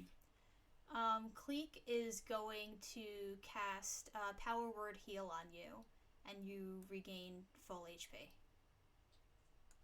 Okay. So you are back to tip-top shape. But now it is the Hydra's turn, and you are still in its mouth. And it is going to engulf you, or attempt to. So give me 1 second. Do I make a save? Nope. Or... it attempts to, and it fails because that's another 17. Pretty much, if you are grappled and it hits its engulf attack, then you become engulfed by it and take some damage, but not a lot from the engulf. All right, but it doesn't manage. I stick the sword in like the toothpick between the teeth, and then it can't chomp down and swallow. I don't know about you guys, but I can't swallow with my mouth open. I've never attempted. And It is possible. It's just much more difficult. Yeah. What's it called? The head 3 is getting kind of pissed. And it's going to you're just going to get 2 more attacks, Willow. Oof. One is a nat 20, the other is a 16. 16 will miss. Yeah, so give me 1 second. I just need to math this out.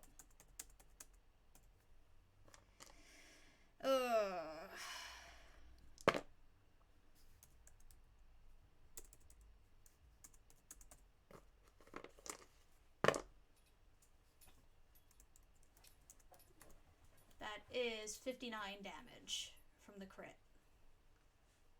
I'm sorry, on who? Was that me? On Willow. You're not in range. Okay. It's all on me. Oh, okay, sorry. Actually, you are, but right now, like, it's going after the one that's still grappled. Yeah. I got very concerned that I had missed something. No. It doesn't have like advantage on these attacks, right? Because I'm not restrained. Okay. Correct. Yeah, no, those were all straight rolls. I mean, it's only hitting you about half the time, so. That is actually untrue, but I mean, in the past, this turn it's been half the time, but it hit me every time last turn. So like it balances out to it's not exactly at half the time, but that's fine. Like I'm not bitter. I'm more just saying I wouldn't say half. I mean, this past round it has been half, but not overall. It just is unfortunate that you're the only target that went up front. Like right now, Tali is on her way there, but right now you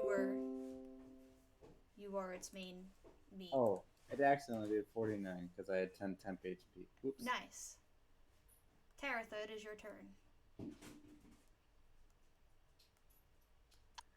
If I am 60 feet away from it, correct? You are not 60 feet away from it. You are 30 feet away from it. That's even better. That's perfectly fine. Okay, I'm going to keep throwing spikes at it. Sounds good. We'll deal with that after.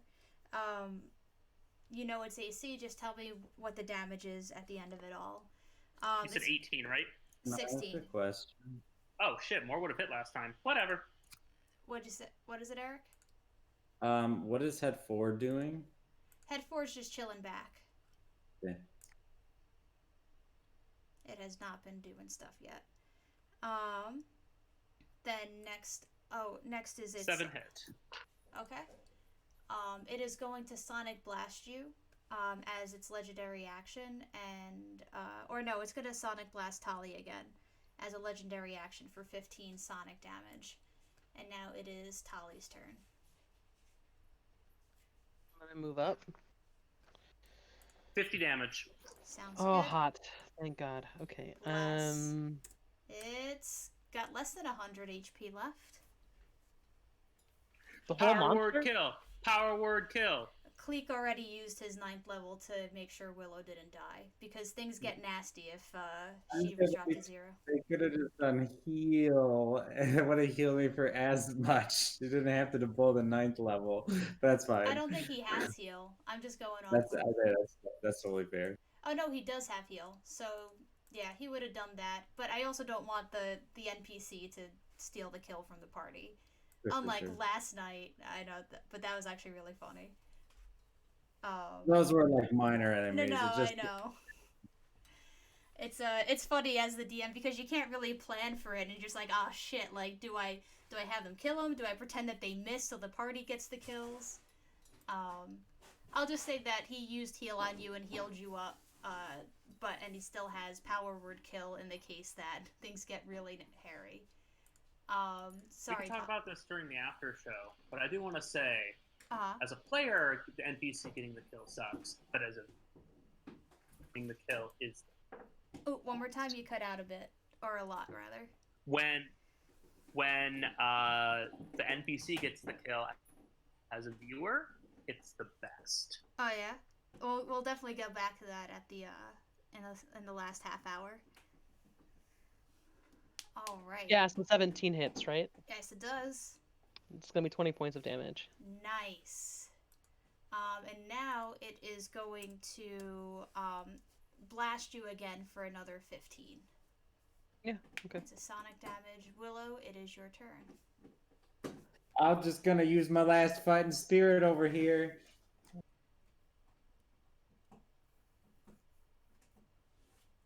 Three rounds of combat, 3 fighting spirits. I figure, I might as well just get those temp HPs. And my level 10 ability gives me one if I start combat without any. So why wouldn't you want to just give it to them all? So that because otherwise you don't even get that +1.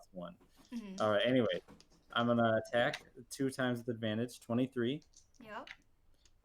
That's 19. Why did I pick samurai? 30 to hit. Yep, both hit. So that'll be 25 damage. Okay, sounds good. Math is hard. 1 second.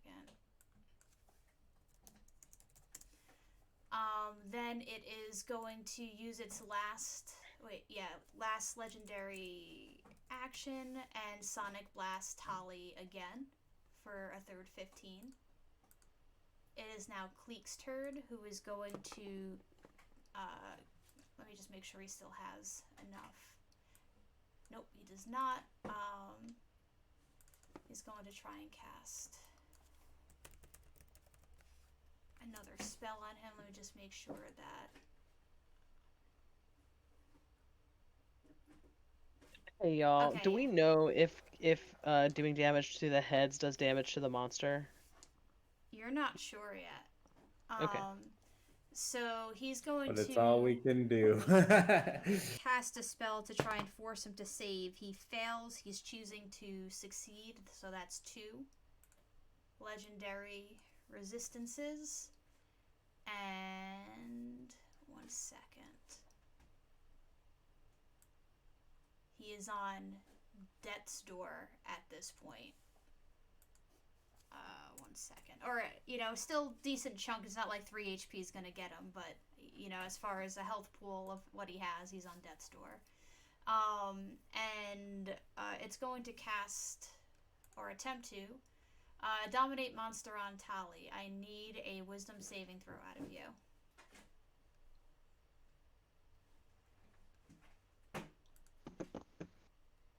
Well, wisdom is a pretty good one of mine, so it's going to be 21.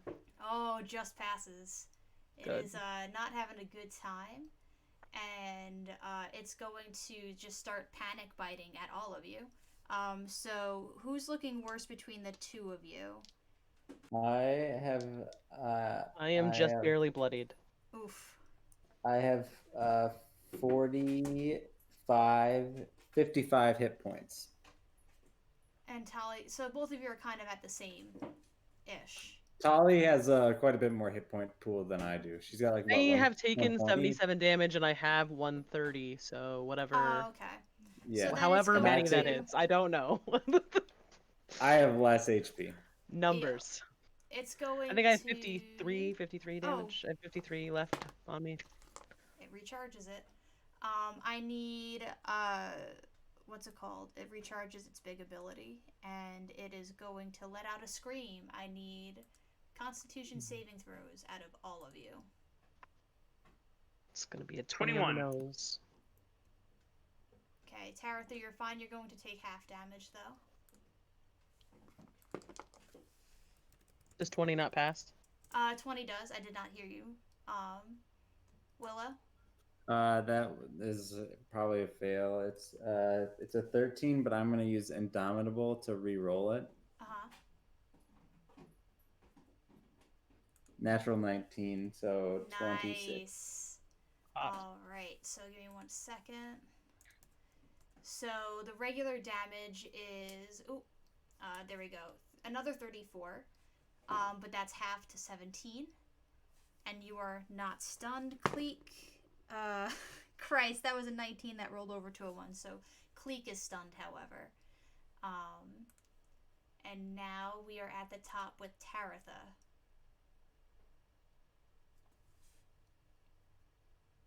How many legendary resistances has it used? It has 2. used. Oh, yeah. 2. Okay. Then I'm gonna keep hitting it Scared with me, my Kelly.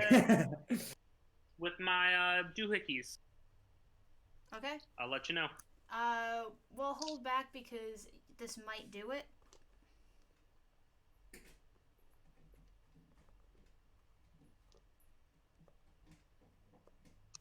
Seven of them are gonna hit again. Nice.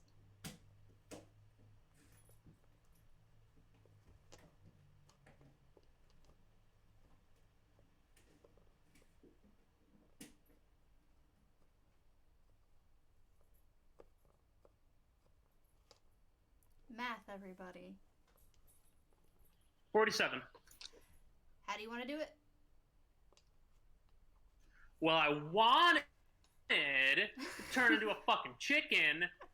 You still can. But I want, since I have like, I mean, can we? You could polymorph a dead body. No, this is gonna be better. I'm just gonna, because I have 10 spikes. How many eyes does it have? 8? Yes. I'm going to impale each of its eyes with one of my spikes, and the 2 remaining spikes, I want to like imagine where its heart is and go right for the heart. Unless it has a range of like 300 feet, you're just gonna get its neck. That's fine. Sounds good. So, at long last, the Hydra heads collapse into the sand with a kick up of dust, and Cleek like ruffles his feathers and kind of shakes off the stun, and he'll go, "Good job, everyone. I love you." We did it. Well, let's go collect what we need to collect for the people. Mm-hmm. Yeah, I what do we didn't need to second wind. I could have healed. Yup. I rolled a 29 survival to take whatever the fuck I need to take from this Hydra to back. Yeah, I mean, with that, you can also, you could pull the teeth and get some, Hydra teeth. If you want to spend about, like, it will take, like, several hours, but if you wanted to try and get some of the skin or any sort of its, other things to harvest, you can sell these to, like, an apothecary. Yeah, let's do that. I mean, it's like 8 a.m. now, so. Mm. It's like this was the first thing we did in the morning. Yup. So it's like, well, it's not even noon. Let's just do it. Yup. So one of the heads you do have to sacrifice as like proof that you slayed the beast, but you do take the rest of it. You slice it open and you get the Hydra heart, which is something that is like highly sought after. Like weird creature hearts are just like, it's kind of like the token that a lot of rich people have in the desert at this point. It's usually put in like display cases. Instead of like shark teeth, it's the heart of the creatures. I want whatever seems to be the main head's brain. Okay.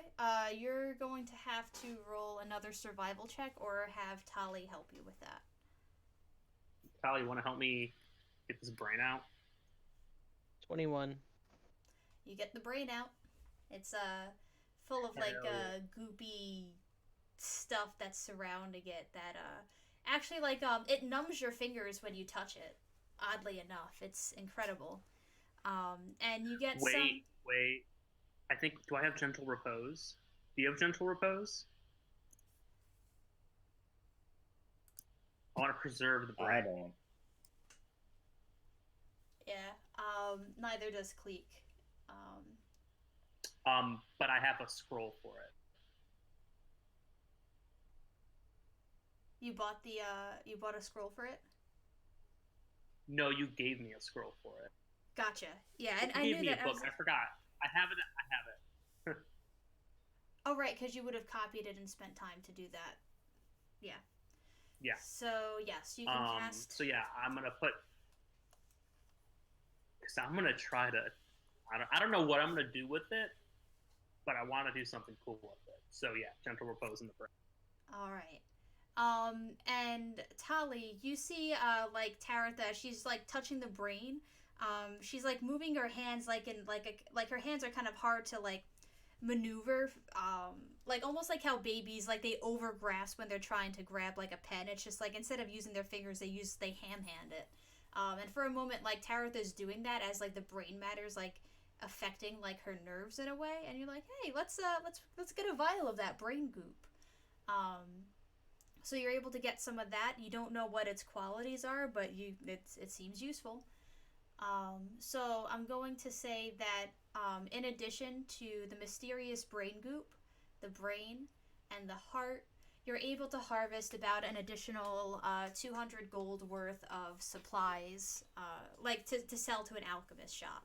So if you wanted to just Nice. like if you as the party just want to say, yep, we're selling that to the alchemist shop. I'm not naming what else you have. You just have those parts, and you go there. The heart, the brain, and the brain matter are separate things. I'll take that Because 66. uh, because Taratha said she wanted the brain, I'm not writing it down in the stuff that I have, Right. but I do have the rest of it written down, just so that we're clear about who's recording what. Okay, so Taratha has the brain, and Tali's taking care of the heart and the brain goop.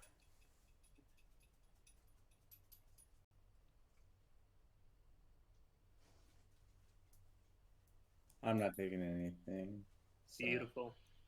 Nice. Yeah, I just like literally go straight to the apothecary and be like, there.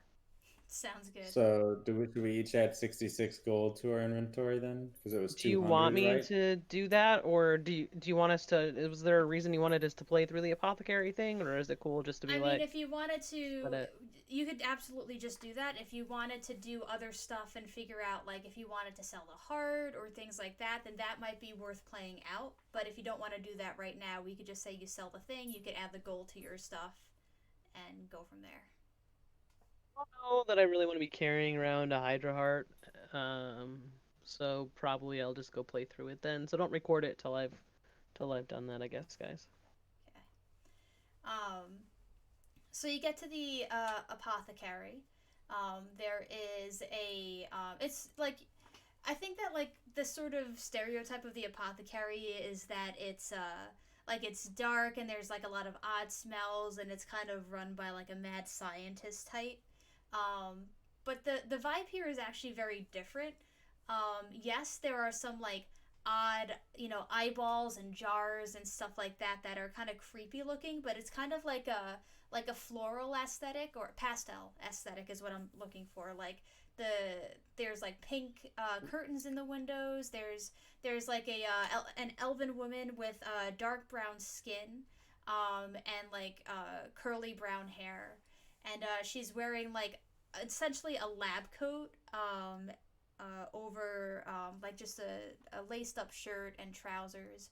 And she's looking through the stuff. She's kind of going through all of the like the rando things, and she's like, oh yeah, this is good. You got about 200 gold worth of stuff here, but looks like you're holding something else. Is that the heart?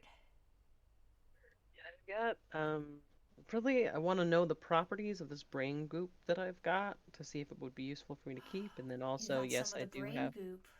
the I've heart. I've never. No one's ever gotten that before. You must have a wizard in the party, don't you? Yes.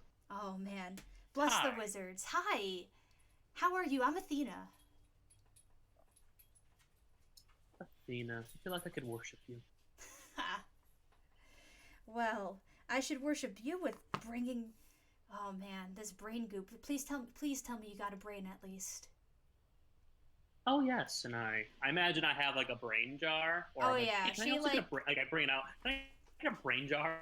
like she totally like lets out like an excited like like squeal of joy, and she's like got her hands like up, and she's kind of like all wound up with excitement, and she reaches her hands out. Oh, can I see?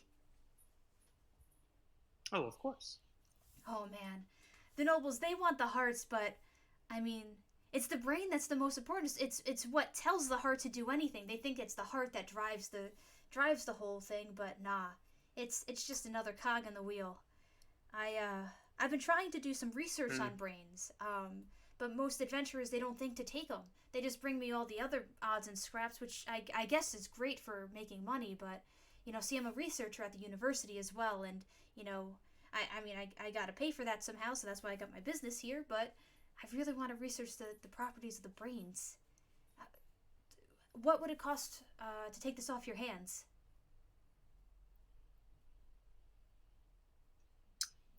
Said you work at the university. Mm-hmm. Well, I'm a student there. Well, hmm. Well, I could use. I feel like we could barter maybe an information Okay. on the hells. Ooh, one more time. I need information on the hells. Ooh. Um, well, I can't say that that is my area of expertise, but um, I could definitely, I know some people that do research on different planes. I could definitely arrange something. Are you going to be in town for long? When can you set it up? Oh, well, I could let you know tomorrow.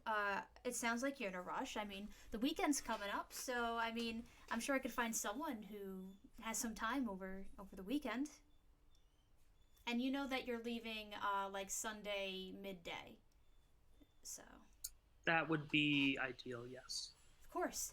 Yes. So uh where can I write to you? Do you have you an address? Can you send? Magically? Yes. Oh, no. I don't really do that much magic. Uh or I mean, do you have someone that could send? I do. Okay. Or my compatriots do. Fantastic. So you all see me. You are familiar enough to send to me. What if you do that? I get off at around 5 o'clock today.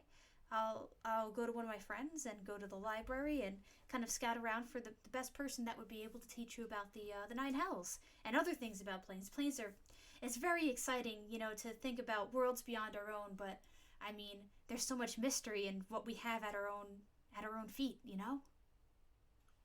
Oh, I agree. So I agree. I mean, it seems like you must have preserved this in more ways than just the jar you got it in. So you I keep did. it. I'm sure that I could find someone, but I won't feel comfortable taking it off your hands until I have something arranged properly. Of course, and then if that falls through, I'm sure we can come up to another agreeable system. Yes, that would be fantastic. And you said there's brain matter, right? Yeah, I Yes. have brain goo. What does it do though? Let me Seems numb. Make things numb. let me see. Oh, so what you brought me is sort of the raw material. I've worked with things like this before with new beasts. It's kind of my side hobby. When I'm not working and when I'm not studying, I dabble in stuff, and so we could go a couple ways with this. Because I've dealt with things similar but not quite as potent. Um, we could either make this into something that will stun someone, paralyze them for a certain amount of time, or we can make something that will numb their brain so that they'll see something, they'll be there, but they'll remember nothing of it because that their brain is numbed in that moment. Hmm. And Interesting. for something like that, I mean, usually I would charge 50 GP for something like this, but I'd be happy to work out a deal if you wanted me to turn it into something. It'd be three uses. And that'd be it. Yeah, how much is the heart worth? The heart, well, that one, I would give 100 GP for that. So, if you wanted, we Eric could has a set. question. The heart is what we need to turn in to complete the quest at the No, we guild. got a head. We have a head. Oh, the head. That we're- Okay, yeah, my bad. we have a bad. head that we're taking, not the heart. Yeah. Yeah. So, I'll just say, I'll give 70 gold for that, and then, I'll also change that raw material into either some body numbing stuff or brain numbing stuff, depending on what you'd like.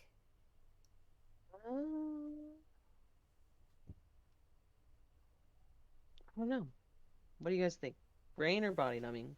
Yeah, so just to above table tell you, um, the body numbing will numb someone like if they consume it. So it's pretty much like a drop that you would have to put in someone's drink, and it would paralyze them for an hour. Or the brain numbing one will make someone not remember anything that happens within the hour after they drink the thing. I like that one a lot. So it's almost like Also, we're getting kind of blackout fighting drunk. mind flayers. So yeah, I think we should go with brain. Brain one makes sense, yeah. Especially if we, yeah, as you said, we run into mind flayer. Brain it is. All right, so I'll make you some brain juice out of the brain juice.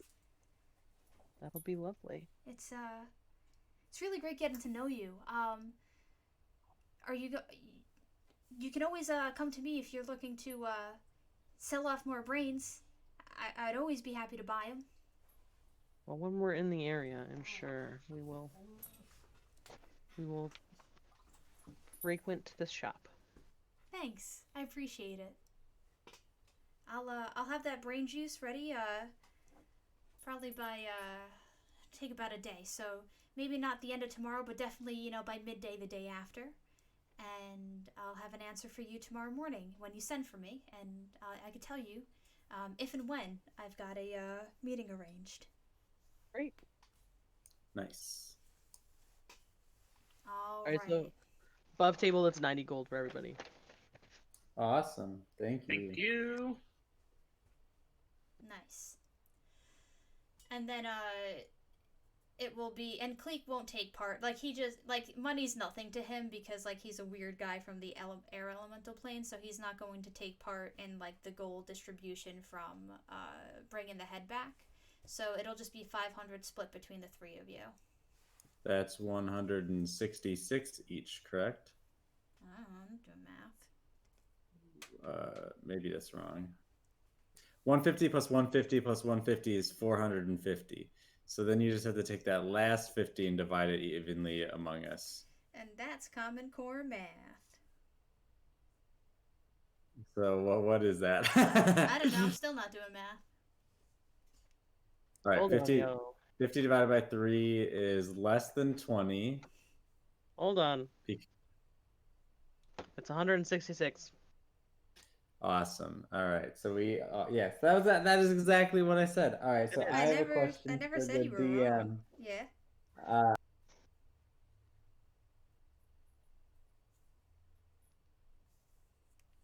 Hello? So Oh. we ran into that rapier, or no, that flame tongue long sword before. Yeah, you did. Do you think I would be able to talk them into giving me a flame tongue, but making it a different sword, like a short, one that is a finesse weapon?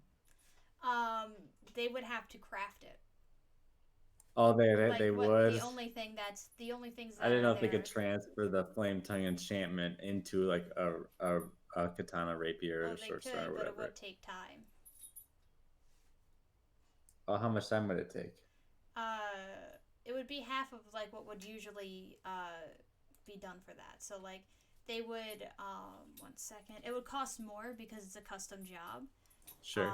And then it would also what level item is it? That was one of the really expensive ones. That was I don't know, maybe it was just regular rare. I'm opening up the spread. It's regular rare, so it was normally 350. Okay, 1 second. I just can't really wield a long sword, right? Because it I uses want to strength. say, because the 1 second crafting an item. Rare takes 10 work weeks to do. All right, so that ain't gonna happen. Yeah. That's fine. So it would be 5 work weeks in order for them to be able to do that. No big deal. No big deal at all. Sounds good. All right. I mean, the other thing that you could do is you could buy that item and then bring it to some other person in Vara. It would just be more expensive in Vara to have it done. Or you could have it done and then pay for shipping. It's just stuff that you would not have right away.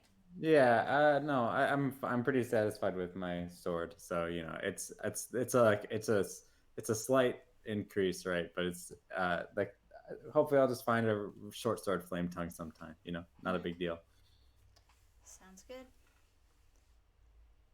All right, so you go to the Adventurers Guild. Do you want to roleplay any of that, or just say that it's done? I'd ask about any update on the Mind Flayer stuff. Sure thing. So Cobb's at the front again, and she gives you a wave. She recognizes you all at this point, and she's like, "Wow, 3 times in 3 days. You must really like us, huh?" Just staying busy while we're here. Yeah, I suppose the adventure in life is it's a good one, short-lived but a good one. But yeah, the Mind Flayers, we haven't really been able to figure out what's going on exactly. We found a lot of bodies. We thought their MO was nobles, but as it turns out, it was just the nobles that were getting heard. We did a little bit of digging and found that they were kind of indiscriminate about who they, gobbled up. But unfortunately, common folk can't really afford the sort of postings and missing people reports like the rich folk do. We got some people scouting out the... I forget, did you give the address of the guy? I wouldn't have. Okay. We got some people scouting out the Screaming Clam, keeping an eye on things, but so far, not a peep from them tentacle bastards. We have some news on that, actually. Oh? Yeah, we found one of the boyfriends. I guess they've been using glamour to look just right pretty. Oh. Shacking up with Tolly would remember this guy's name. Actually, none of you asked for his name the entire time. Okay, I would then just give the We address. did not. He's a good fella. There shouldn't be any trouble as long as you knock. He sleeps during the day, so maybe try at night if you're gonna go talk to him. Oh. Well, thank you there, friend. We'll put some patrols out in the area as well, see if we could catch one of them at least. We won't bother the boyfriend. Sounds from what you described, it sounds like a normal person that got caught up in a bad situation. Yeah, I don't know if he will let her back in the house or not.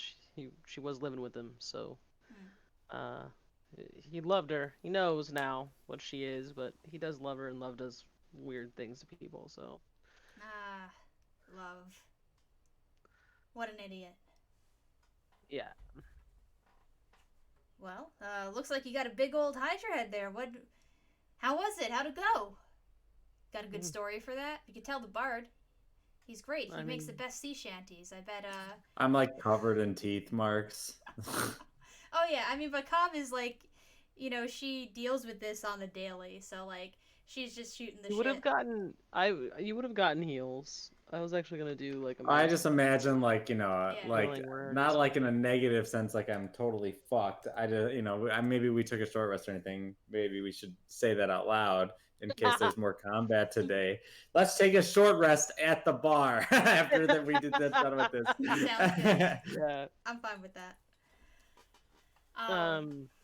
And whenever you complete a quest that pays out 100 or more, you get a free round of drinks at the bar. Great. Cool. So yeah, tell me a good story. Let's give one for the bard. Tell me about slaying the many-headed beast. Well, first our wizard friend here died Don't steal my thunder. because she decided that she was gonna go fight this thing all by herself. It was super interesting to watch I that thought entire wizards were thing. supposed to be smart. Our bird friend over here saved her. That was actually kind of cool. I saved and her, and I saved Willow. and yes, and then we came back for it today, and spent a long time deliberating how we were going to do it. That was probably an hour, and then we killed it in 5 minutes. So that was fun. But well, yeah. It was actually like 20 seconds. Yeah. Ish. So, who landed the final blow on the beast? Of course, Willow It'd be did. Or sorry, Taratha. Taratha. Of course I did. Again, you're stealing my thunder. No, that Yes, was out of character. I- She doesn't do that. Tali does not confuse you. Leia just sucks. Yes, I thought I could solo the Hydra, and I did get awfully close. I do want to make that clear. No, You you did really not. didn't. You didn't at all. Okay. In character, that's fine. Out of character, I got so close. No, you did So not. close. Yes, I wiped its legendary. I was one turn away. One turn away. I had Portent ready. It was a shoe-in. It's fucking. Anyways, that doesn't matter. That doesn't matter. Yes, it slayed me, so I slayed it, and then I pull out the brain jar, and then I'm keeping this Well, by who my needs side. the brain? You need the Sirs, heart. You're a fucking moron. Don't be rude. Excuse me? I'm not the one that went head on No. I was talking to Taratha, not to you. Oh no, but Don't be Taratha still said, that they're a fucking idiot. Oh. So they're going at Taratha right now. I didn't go head on a monster that would easily turn me into pretty little snack. So who's the Aren't moron we all here? just pretty little snacks for the right monster? That's true. Haha. But so be it. You slayed the beast. Go turn it in for your reward. Okay. Alright, go do that. Alright. So I'll let y'all kind of have like 5 minutes of role play while you're doing this short rest to figure out, what's the...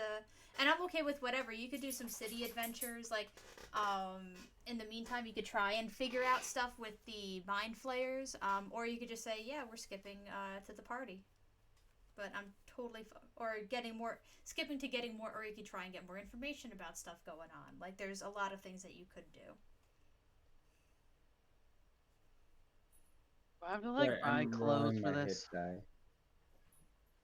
Oh yeah, roll hit die. But also Tali says, do I have to buy clothes for this?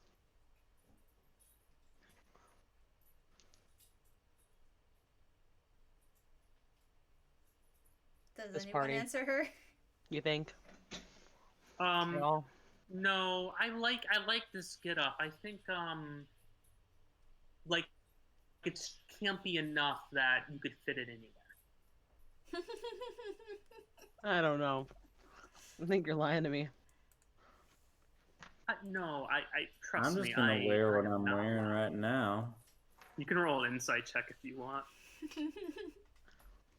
No, it's not my best quality. Oh, there's been a lot of what's it called?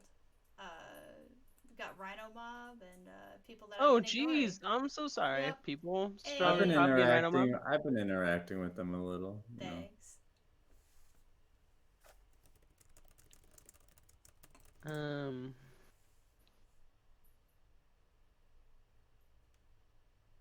Don't rich people wear like fancy clothes or something?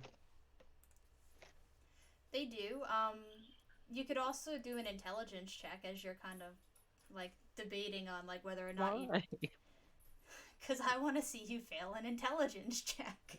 Fuck you. I got a 9. Exactly what I wanted. Yeah. I mean, you're still wondering what do I wear?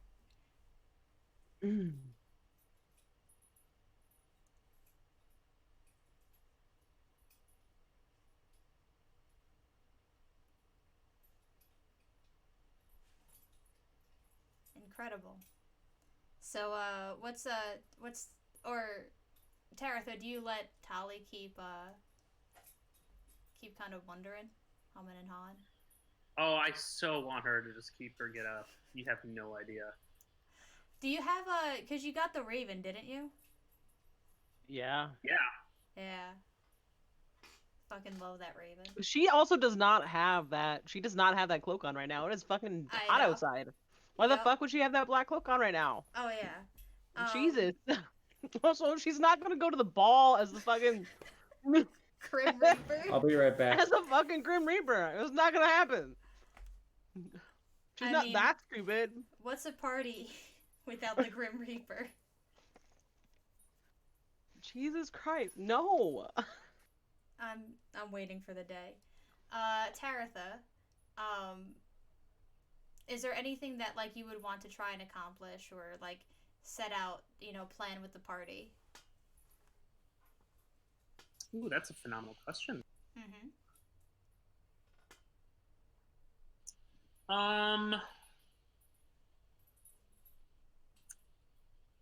Fuck. What do I want to do? I feel like this is like a leading question. Like I should have like an answer. I know. I'm at right now. I mean, okay, so here, let me try and oh, go ahead, Corey. No, I'll let you go. I mean, if you want to go in blind to the party and not know about like the people that are going and sort of ways that you can kind of navigate and get the information that you want while still maintaining the pretense that you were there to guard, that might be something worth considering over the next couple days. Are we going as guards or are we going as guests? Like, how does that work? I'm sorry. Oh yeah, you'd be going Guards? as like as guards. No, in that case, you totally look like a Grim Reaper. Probably like get some like black leather shit. She thought she was gonna have to like dress up like a rich person for this. She's like, I don't know what to do with that.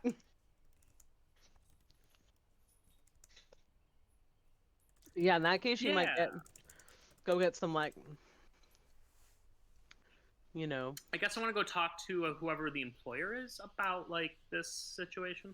Yeah, so just to kind of give you an idea of the way that these postings work is that the person comes to the guild hall posts on behalf of them, and the there's probably some sort of pay, like that they, some sort of advertisement fee for each thing that's advertised. So you won't know who posted this specifically based on the call, but you could try and see who in the guild runs the administrative side, because I love administration. do you really in real life? But in D&D, yes. Okay. I don't mind being an administrator, but I really don't like administration. Oh yeah.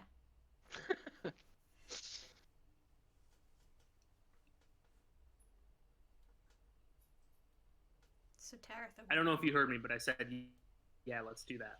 Okay. So far, the main person that you've seen, like, doing any sort of bookkeeping work is the person that does payouts at the little, kiosk. Imagine, like, a ticket salesperson at a movie theater. They're sitting in the back, there's a glass pane, or actually, I would say more like a theater, like live theater than movie theater, because a live theater has like those sorts of like those pull-out drawers where they keep like information about like specific people, where they have more records, whereas the ticket booth is just a sales location, not just a sales and the office. So working behind there is a half-orc man, and he is like all buff, and he's like squinting as he's like writing stuff down and checking different ledgers, and he doesn't seem to notice you as you approach. Hello. Oh, hello there. Was there something else I could help you out with? Yes, I'm looking for more information about this contract. Which contract? I'm assuming I have a copy of it. I'm laying it in front of them. Oh, you're not supposed to take those off the board. You can request a copy. You're new here, so we won't get too mad. But just so you know, don't take stuff off the board. But I'm claiming it. I'm sorry. I'm taking up this. I'm literally and figuratively taking this contract. Oh, well, sure. What's the credentials? Have you guarded before? Have you experienced working with nobles?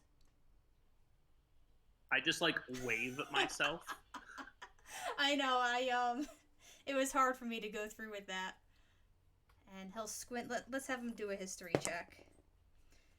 I mean, I could see a family crest, but I don't know what one that is. Alcott. Alcott. He'll roll with advantage now. Oh, God, that's double fives. I guess it sounds fancy, and no one else is taking this because no one likes the nobles here. Real shame. Not all of them are bad, but, a lot of adventurers, they prefer to work with the common folk, help out the people that we're a part of, So yeah, my dogs want to help too.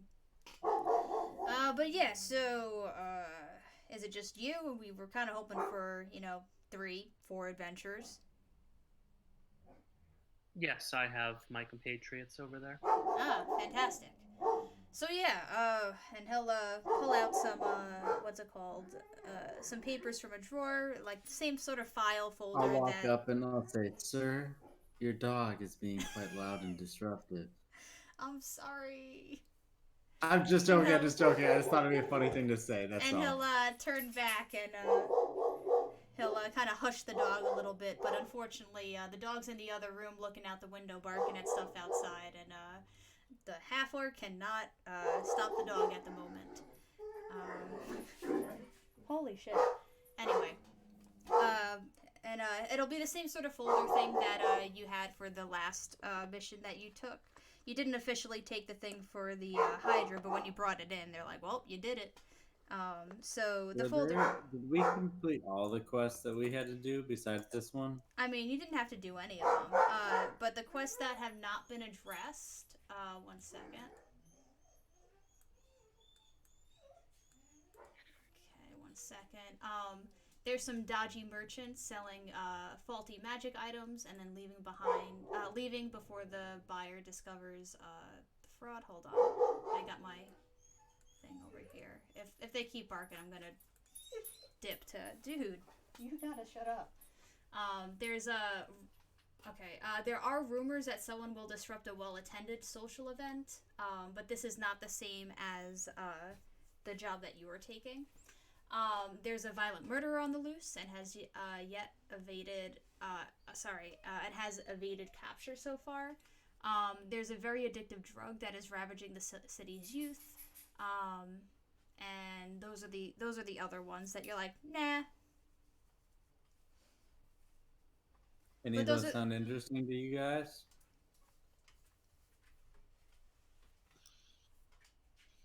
I could be persuaded. Yeah, which one were you looking at? Oh, I mean, they all look relatively okay to me. None of them, they weren't. The Mind Flayers were the ones that really excited me. And I'm still kind of interested in continuing diving into that. We haven't even gotten any reward for all the work we've already done. I mean, here's the thing. You they wanted the return of it. I'm not complaining to you. Yeah. I'm just saying that, we did, it's on cost fallacy, but we've done part of this quest. Maybe we should try to finish it. I don't know.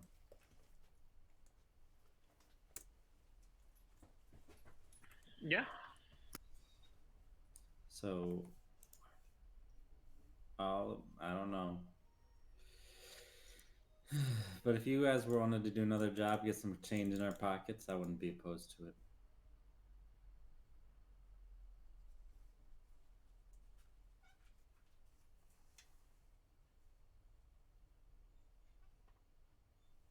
Otherwise, we could just wait.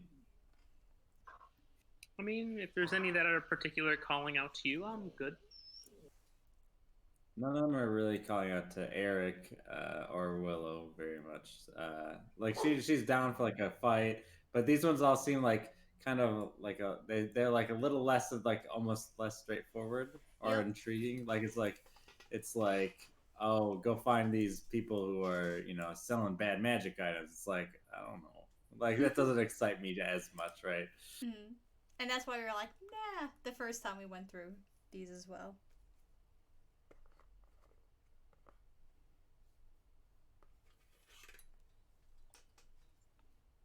Well, then we could just wait till the night of the party. Then I guess. Sounds good. Sounds good to me. Looking through the folders, just give me a quick intelligence check. Who? Or actually, sorry, a history check. And only Taratha would really be able to. And I'm gonna be right back. I'm gonna try and barricade. Dude, I'm gonna try and barricade the dog. So 1 second. Sounds good. Sounds good. Bobo, come here.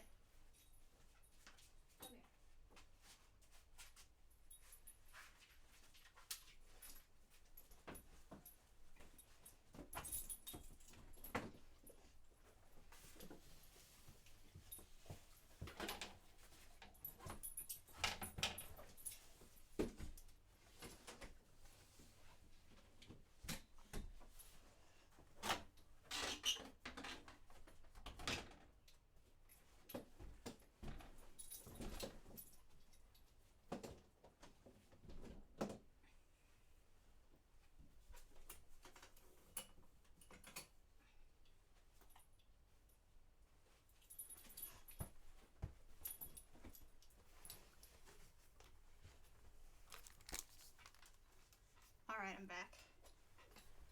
We're back. So what was Welcome the back. what was the It was a history crit. Nice. I dig it.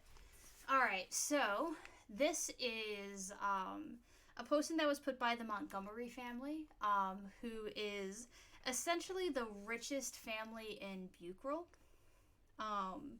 You have heard correspondence of them between different members of the Alcott family before and after the transfer of sort of leader of the family.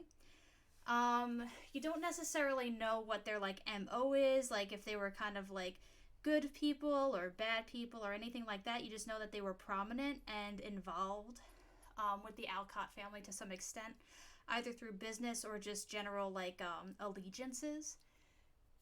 Um, yeah. Does that help, or did I leave anything sort of unclear with what you would know from that? So basically, they've worked with the Alcott family in the past in some capacity. Yep. And Okay, that yep. sounds So they about right. they would be among the guest list. So they probably put this like, and you know, it's the party is not for their daughter. It's for the St. Clair family, who is like the royalty here. So when I say like, you know, like yes, royalty has higher prestige, but like Montgomery is just richer. Um, uh, so they decided, you know, like just as a present to, as part of a present, you know, there's probably a lot more expensive presents to be had for the birthday party, but as a present to the St. Clair family, the Montgomery family has put out a posting for guards and paying for the guards for the event, and that's all. Okay. Yep. The party is going to be attended by a lot of high class nobles from the neighboring cities. The main cities in the area: Vara, Wassel, Buckrell, Tycorid, Cassadia, and that's it. So like kind of like nobles from all those areas are coming in, and you know, just having a night celebrating the St. Clair's daughter's 16th birthday. Should go off without a hitch. There's going to be nobles like from here as well, and friends of the princess. The daughter's name is Charlotte, Charlotte St. Clair, and it has the shield and cross out that's very similar to the shield and two swords that you saw. That meant, sort of secret business that was immediately squashed upon discovery in Vara.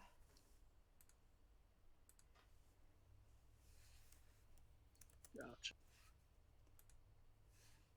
I relay all that information. Mm-hmm. Are there other questions that you have, or things that I could answer or lead you to trying to figure out? What do you think of this family? Who is you? The dude we're talking to? Okay. Oh. He'll look at the name and go, huh? I mean, you can't get rich without stepping on a few necks, so that's what I think. Interesting. I mean, like I said, not all of them are bad. Some of them are good people, but they're in a kind of class of their own, and I'd say hi to them. I'd do a job for them if I was the adventuring sort, but I don't know. I wouldn't trust any of them.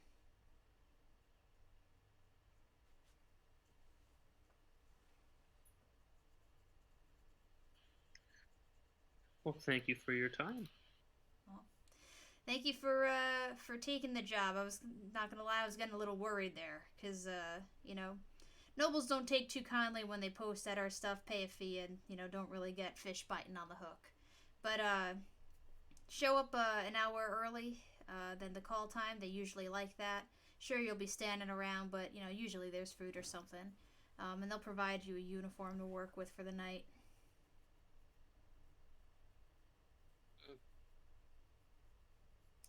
Well, there goes Grim Reaper. Perfect. Yup. Yeah. Flashback to my days working at Buckingham Palace, where everyone was like, "What do we wear?" Like, no, like you have to wear what we tell you to wear, and here it is. But that's kind of like where they're at with that. So yeah, long rest, relax, all that stuff. Yeah. Okay. Taratha, the next morning, who is going to send for Athena?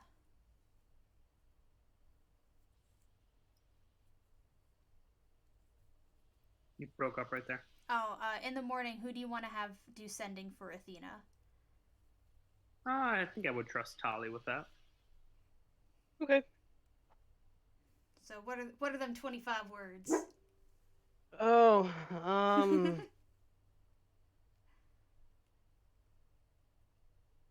morning, Athena.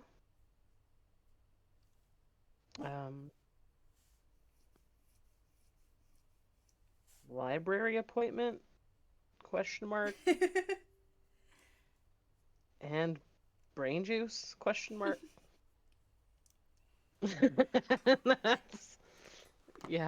That's what Tolly would send. Sounds good. Brain juice tomorrow. It's looking good. Got an appointment at the library Saturday morning. Looking forward to helping you with this. Also looking forward to the brain. Bye. Yeah, okay, so Talia will relay that information. Okay. Appointment tomorrow it is. All right. And the appointment's in the morning, though? Like, it's not going to conflict with our thing? Nope, and it's going to be comfortably enough in the morning where if you stay up super late Friday night at the castle job, that it'll dick you over in the morning. So we'll say it's like 11:30 at the library. So it'll be fine. And Zola will approach you at some point, Willow, and she'll go, "So did you have a think on whether or not I get to go to the castle with you?" I think it'd be fun to go to a castle. We don't have those in Var. And you told me that we should go to Bucral so I could see new places, and what's newer than a castle? I guess a lot of things, but newer for me at least. Um, is Eric to DM? Uh huh. Uh, is is this like? Is she gonna fucking die? DM to player. This is something I'm not going to tell you. All right. Well It could then, be let's. totally fine. It could be totally dangerous.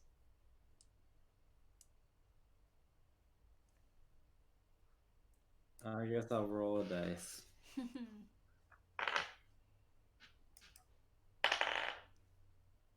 Wow. Okay, that was a nat 20. Thanks, game, for giving me that on a meaningless roll. All right. You can come with. You mean it? You gotta be safe and don't do anything stupid. Oh, I won't do anything stupid. I'm just gonna enjoy the really good food and pretend I'm all hoity-toity like the Alcott boy and other people in the castle. All right. Oop, I heard a noise. I wasn't sure if I said all right. sounds good. And she'll give you a hug. And don't forget, I still owe you a dinner. Whenever that's gonna happen. I've got the day. We're not doing anything. Sounds good. I'll take you out tonight. And she'll skip off. It's rare that she skips. Usually it's only when like super rare books come into the store, but she skips off. And she comes to a kind of like a skidding halt in front of Tally, and she go, "Why, hello there, Tally. How you doing?" I'm all right. And how are you? I'm doing great. Did you hear that I was Aunt Willa's letting me go to the castle? I get to Hmm. pretend to be a fancy noble. You know we're going as bodyguards, right? I get to be a fancy noble. I think you should clarify that with Aunt Willow. I suppose. But I mean, look at me. They'd be real stupid to think that I could defend them. Well, if you go in fancy clothes and they make you change into a ridiculous bodyguard outfit, it's not going to be a good day. I suppose. But at least I'll get an up close look at the castle. I read a lot about them.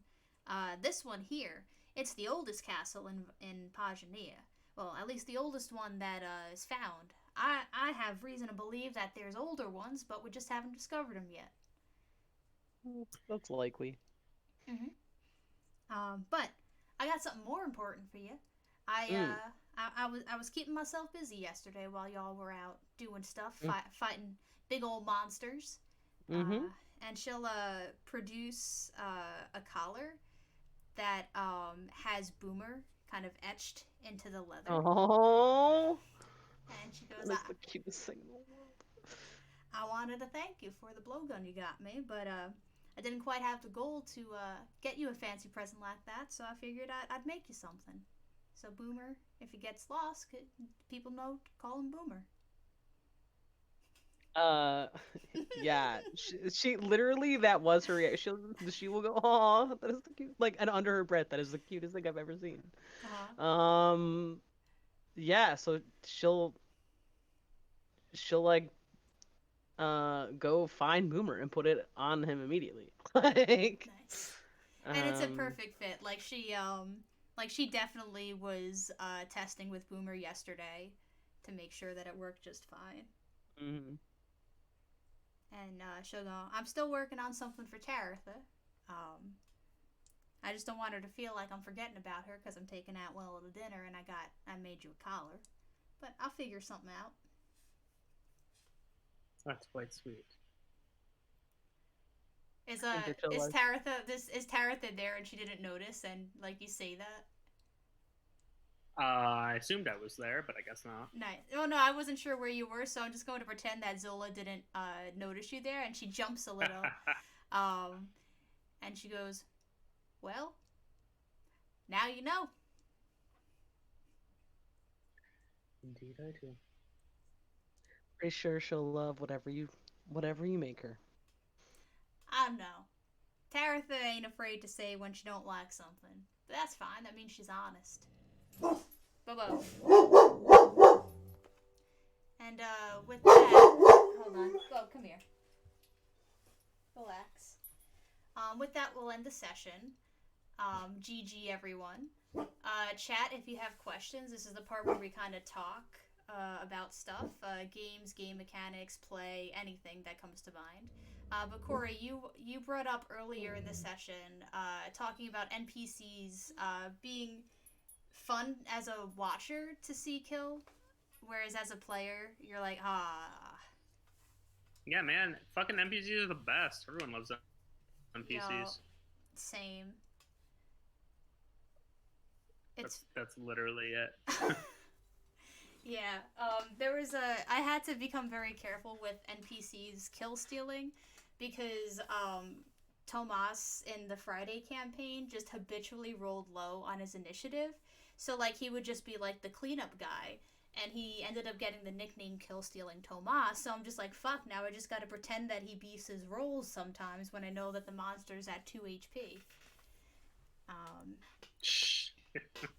But and it reminded me, Leia, about when when you crit on Andrew in like one of the first sessions with the octopus. You're like, all right, team, like, do you want me to fudge rules or do you not want me to when shit like this happens? Mm-hmm. And I think that that's another kind of interesting conversation to have because like fudging rules happens a lot as a DM, and I'm not sure what everyone's approaches are to that.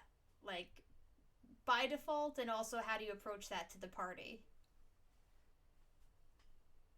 I've just started asking. You know this because Yeah. you're in one of my campaigns, but I have just started asking what people want me to do. And if like Tuesday, they're very adamant that I do not fudge anything. Tuesday campaign's a monster. And so I don't fudge anything. Mm-hmm. That has led to some like it's taking me some time to like not give away things with my voice. Because I'm like, I'm sorry. Yo, that fucking crit on Willow today, like, I felt bad for that. Why? Because I don't like killing you all. You didn't kill anybody. That's true, but, sometimes you never know. Sometimes you just fall down a hole and fail 3 death saves. Yeah, exactly. No,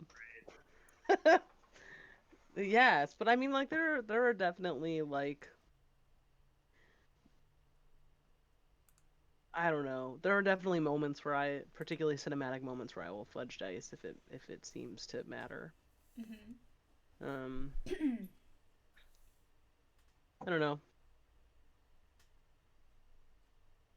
I generally don't like fudging dice. I don't think there's anything like wrong with it. I'm not like on like that like side that's like you should never fudge dice. You're a terrible dungeon master if you fudge dice or anything like that.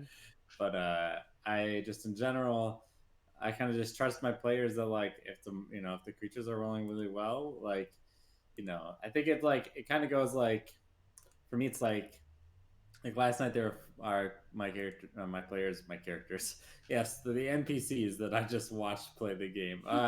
My players were fighting these like air elementals, and the air elementals were like doing air elemental stuff of like tossing everyone around and stuff like that. I love that. And only one character on like, and it just so happens that literally 3 of them rolled the same initiative roll, and so on their triune turn, they only one character was prone, and they were within range. So I just had 2 of them move over and just fuck that person's day, right? Like because that person it was easy pickings, and they were down. And to me that's just the creatures are smart. They're gonna take out who's weak, And I feel the same way generally speaking about dice rolls too, where like sometimes the dice go against you, sometimes the monsters get that nice hit, and it's and I think it adds a lot more drama to be like, well, fuck, that's happening to some degree. Now I know that at times it can definitely kind of be overdone, or like overdone is probably the wrong word, but like it can be like oh my god, like they're having a terrible time, like, I want to like relieve, some amount of tension or something, right, that I'm seeing. Mhm. But overall, I just haven't experienced that scenario a ton. Um, but I think so for me, I don't fudge the dice rolls for those reasons, kind of because I want it to feel like real and random, and like that shit could happen, And maybe sometimes I worry that if my players know that I'm like fudging dice and stuff, that like they'll, and I'm sure that you're right. It varies by party because you had one party, Leia, that was like, Mhm. no, we don't fudge them at all. Another party's like, whatever. But like I know for some players, like to know that the dice get fudged in their favor sometimes would probably be, kind of like a bummer or something like that. I mean, the goal, the real art is to be able to lie.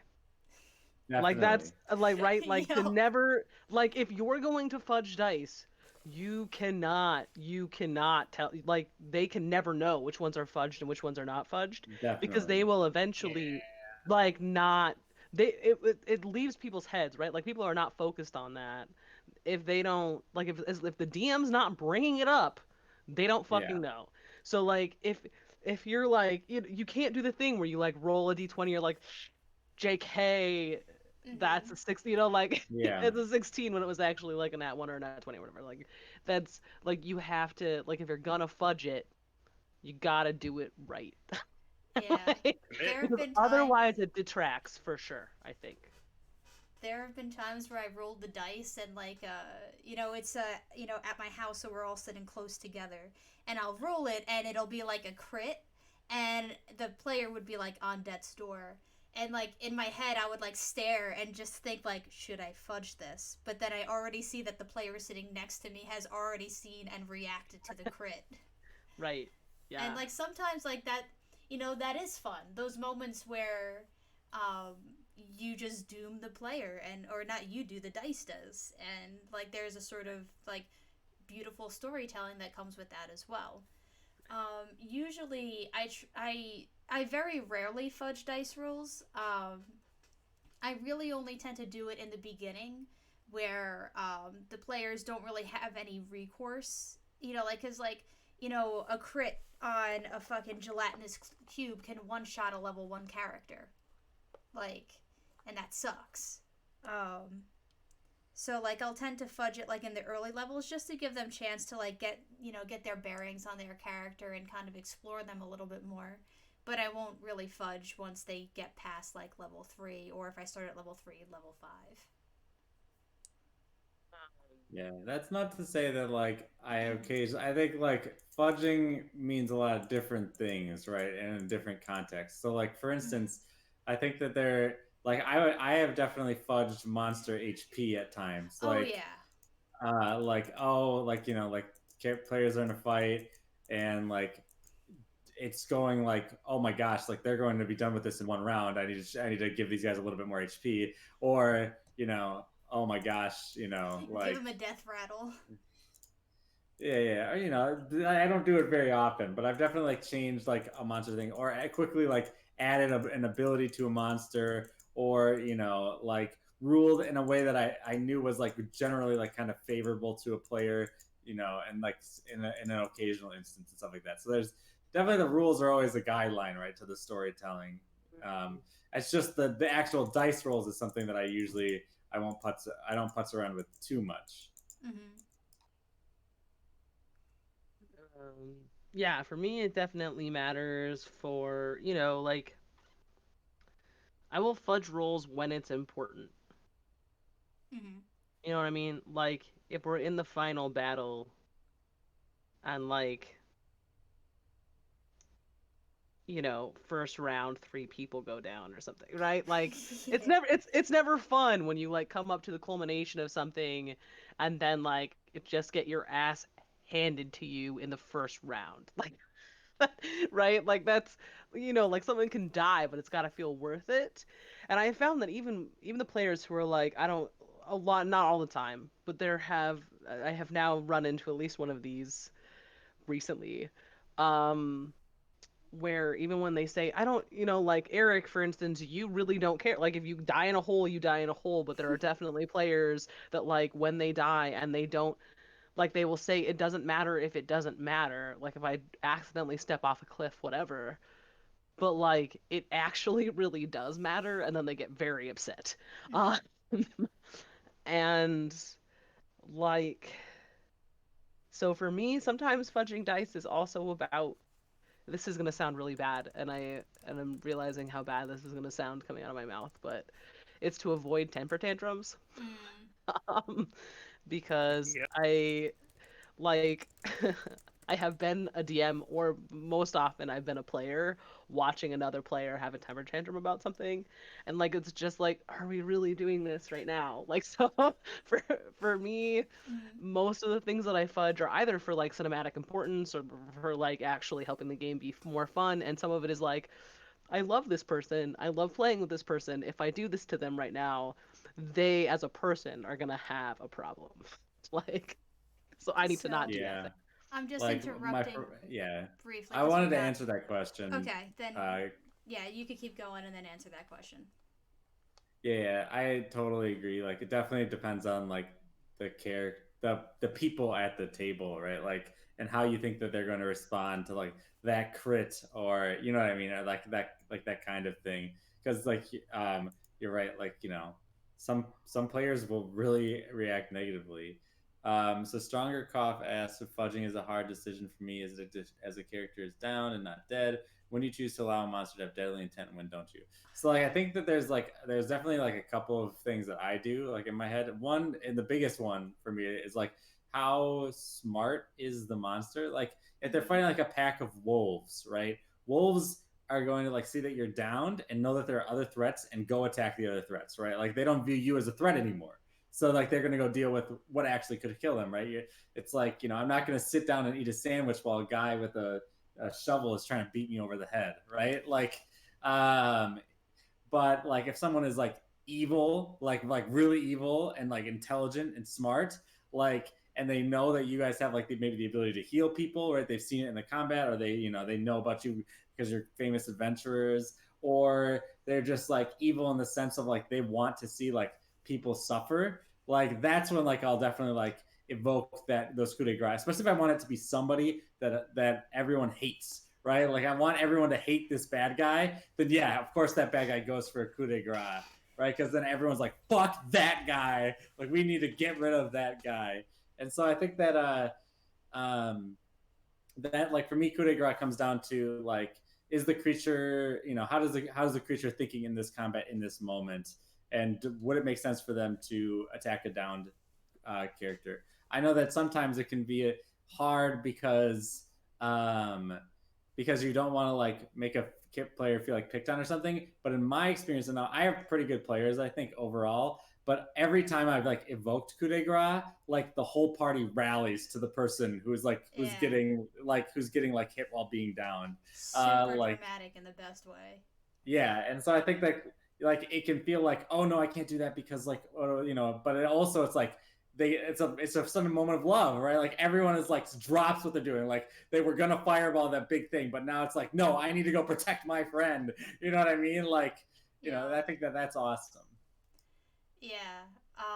And even if it's not done in that moment, because like 2 weeks ago on the Friday crew, I had a coup de grace on like everyone's favorite NPC, and it took a month for them to get justice on the character.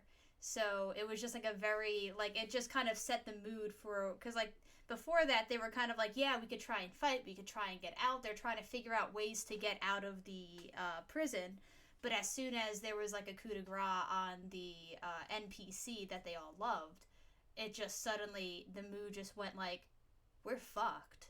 And I feel like without that sort of coup de grace, um, it wouldn't have, hit as hard. I love coup de grace. I haven't used it necessarily in this campaign, but I think that it's just like one of the best ways to show someone just being an evil or smart fuck, and I love it.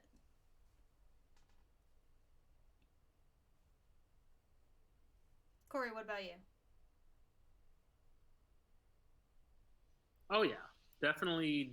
You always want to make sure your players are afraid Yup. of your big bad or some sort of enemy. Like you want to strike fear in them. So I think like especially like session 1 or 2, definitely have like a big dick swinging dude come in and just really, really, show fear. I want it show it's like an obstacle to overcome. Like I have to match that power level, Mm-hmm. but also like it's very easy for players to feel empowered.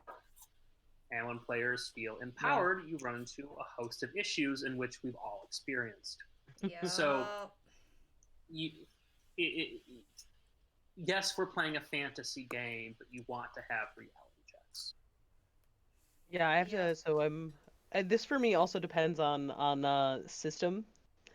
Because in 5e coup de grace is really like honestly like it's something you can do, but it's not like hella powerful. Like if a coup de grace will give you 2 down, but like you could still come back and be saved, right? Like you Yeah. still have Yeah. like a It's full turn, and coup de grace in Pathfinder, which I I'm running 2 games of know. right now.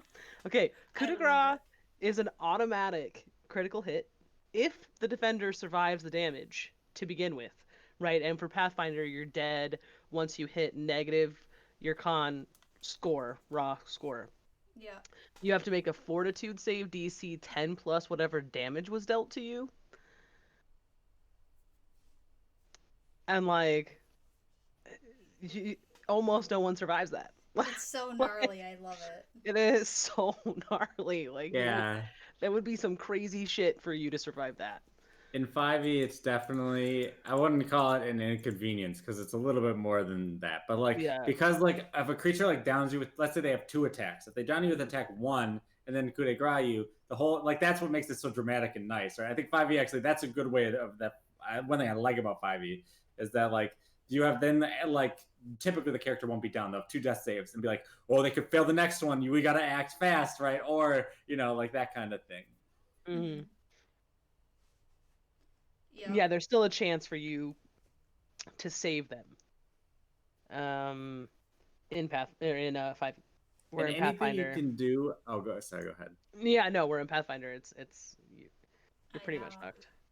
I think anything you can do, like this goes into like a broader, like I think just good dungeon mastering advice. Anything you can do as a dungeon master that forces players to play outside of their like comfort zone or outside of their normal play patterns is really good. Like that's why someone being downed is so impactful, right? Because it's like you can't just be like, well, I'm the archer who sits back and I shoot arrows at things. Because now you have to think, what am I going to do about my friend who's down right there? Like, you know what I mean? Like, you have to change how you want to play the game, right? And like whether that's like through an environmental thing, like the enemies are hiding behind a wall and or something, or like or the enemies can fly or whatever it is, like something that disrupts the way people just want, like their idea in their head of what the optimal thing to do can often be lead to much more exciting narrative kind of combats and things like that. Mm-hmm. Agreed. Yeah, I was just thinking because like some of the actually like most dramatic moments that came for me when I was because I started playing Pathfinder as my first what's it called thing. Tabletop RPG. Yes, thank you. I was ready to settle for thing, but you helped me out there. And some of the most dramatic things came from coup de grace, like, Hmm. and it's just great because like as a player it feels really powerful to have gotten someone down to that point and then you just like no like I just sliced my sword across their throat and then they are done.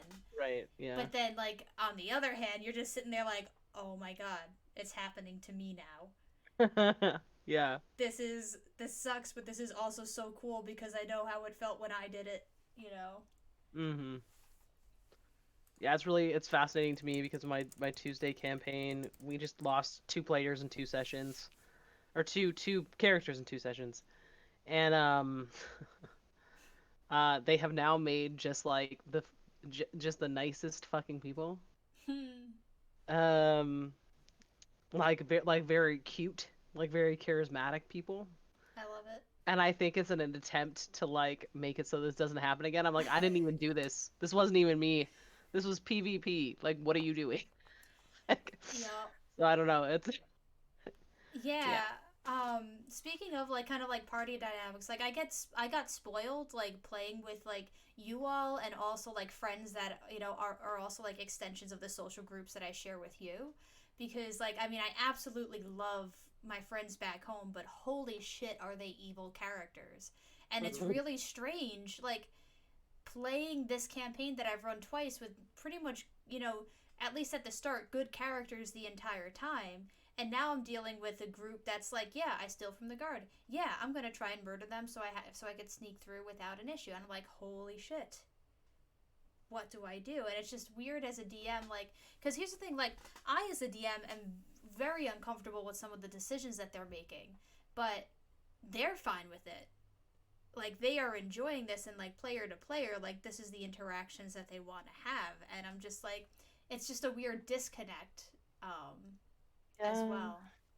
I mean, I think that like that's hard. Like when you play with people as a DM, I think, or a player, like you have to find play styles that mesh.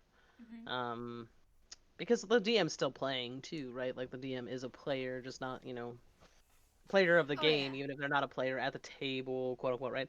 So like, I don't know. I just don't generally DM unless I go in knowing that's what I'm doing. Does that Mm-hmm. make sense? Like if I go in and I know that we're doing a limited run campaign of just like let's be evil fucks, Yep, and like I then I'm have done okay with that. it. But Like that one, I'm fine with because like you kind of go in expecting this, and hmm it was just a weird surprise, and I mean, I am fine with it. It's going to be interesting, but it's just like it's kind of weird that like the bubble that like I've had here is just like mostly like good leaning characters or characters that are evil but like are still able to align themselves with a good leaning party. Whereas over here, I'm just like, yo, when they get to Tomas, he might just peace out. Like they may not have the paladin arc. I don't know. Yeah, I think. I mean, like I can't speak specifically because I'm not in Yeah. this crew. But I am like all for like evil PCs and stuff. I think that like that can lead to really interesting storytelling. Yeah. But like I do think that like be like just based on the way that it sounds, these characters kind of just sound like evil for the sake of being evil, and Yeah. I find that to just be really really fucking boring and like leads to yeah, kind of really lame play patterns. Like imagine being evil because like you think that like being evil is necessary, right? Like like not like I'm gonna go kill everyone in the world, but like no, like I received a vision from my God that if if the king doesn't die or whatever thing doesn't right. happen, like the world is gonna fucking end. And like that's your so you're like I will do anything to stop this, right? You're evil because you will do anything to stop this thing because you have Yep. like this greater idea and you view yourself as good, right? Because no evil character really views themselves as like I'm a bad guy, right? They're like they view themselves as the hero, and like Ah, not no, oh not you're pushing always, that not back. always, not I always, would push back on that. but more what I'm trying to say is that like those characters just sound like they're kind of just playing what I call a chaotic stupid, right, or whatever, Yep. right, which is just kind of like an attitude towards the game that like I can just like it's like playing GTA, right, with like all the It cheat really, codes on, yes, yeah. No, and Yeah. that's like how. that's not fun for storytelling to me. Yeah, there was one funny thing that happened though out of this. So there, one's playing a goblin that pretty much was a monster hunter in the Underdark, and the other one is a lizard folk person that just came into the world and only just has sentience now. And while the two like humanoid looking characters went to like rub elbows with nobles, I just went to the other two. I'm like, hey, this is gonna take a half hour. Why don't you two come up with an adventure that you're doing while they are doing this thing, and I'm going to come back and you're going to tell me what you did. Just kind of giving them a way to kind of create what they would do so they're not just sitting there and then the party can come back together. And they set off thinking that they were going to hunt monsters in the mountains. And then I came back and I'm like, all right, so what'd y'all do? And they were just like, yeah, so we originally were going to hunt monsters in the mountains, but then we just became a paranoid echo chamber about what if that cactus farm we passed were actually people. So we went and just murdered the entire cactus farm, like the cacti, not the people. And I'm just sitting here like, what the fuck? Like, that's like, why would you murder someone's farm? But like, it still kind of like made sense in a way. Like, even though it is definitely like just playing GTA with all, you know, cheat codes on. Like, there's still moments where the chaotic stupid kind of evolves naturally in a storytelling way, versus the, yeah, I'm just doing this because it's funny and I'm trying to make a scene.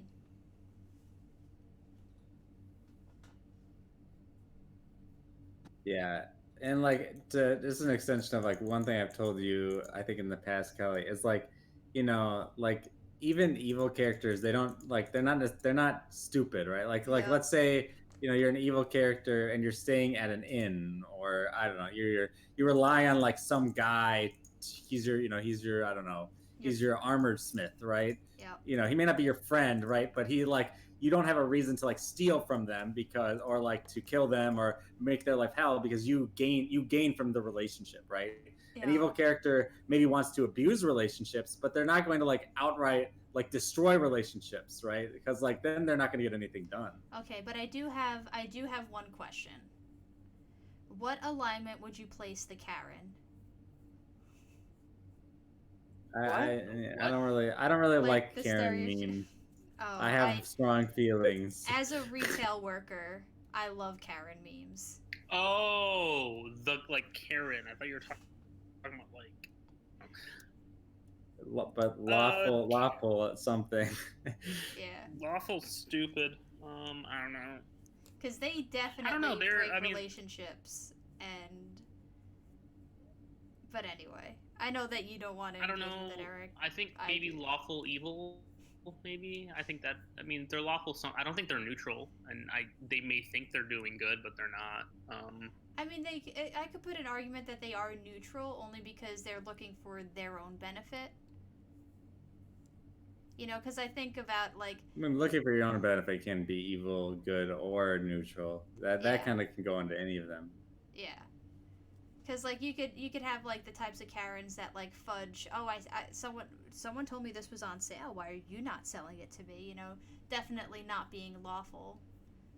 I didn't mean for this to become I a think- bigger Yeah, conversation. I, in terms of the like alignment, I often thinking about it how you regard other people in a lot of ways. Like a neutral or a lawful, like I view them as like a merc type. Like I'm going to harm you because I'm paid to harm you. Like it's just my job.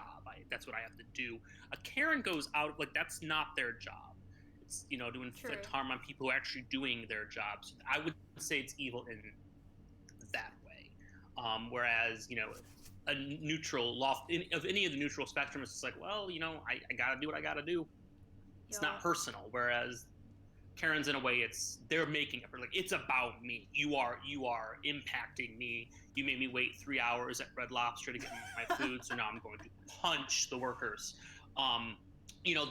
That's why I would go towards the evil spectrum. And Eric, it looks like Stronger Coffee's on your side about the ethics of the Karen meme. They are on our side. Yep. But I mean, I will put, so like Alabaster Crane, right? mhm. Deeply evil character, full knowledge that he is an evil person. Yep. Like total full knowledge. Still here to save the city because it'll allow him to like continue doing what he's doing, but he doesn't even see saving the city as a good thing that he's doing because he recognizes it's for selfish reasons and just doesn't care. Like Yeah. right? Yeah. But like still works with people, still can be in a party, still can do all the things, and actually weirdly took the high ground in an argument with like a neutral good character, which was really strange. Yeah. That was a really crazy, strange moment for particularly for Alabaster, like in character, but also for me as a player. So I think that like you can be fully aware of your evilness and still be a person that can work with other people, just like other people need to realize they shouldn't trust you, but they Yeah. do anyway, which is really fun. Yo. Yeah, I mean, I always found the alignment chart just like inherently problematic Yeah. because Mhm. I really like evil. Like good is one thing, neutral is one.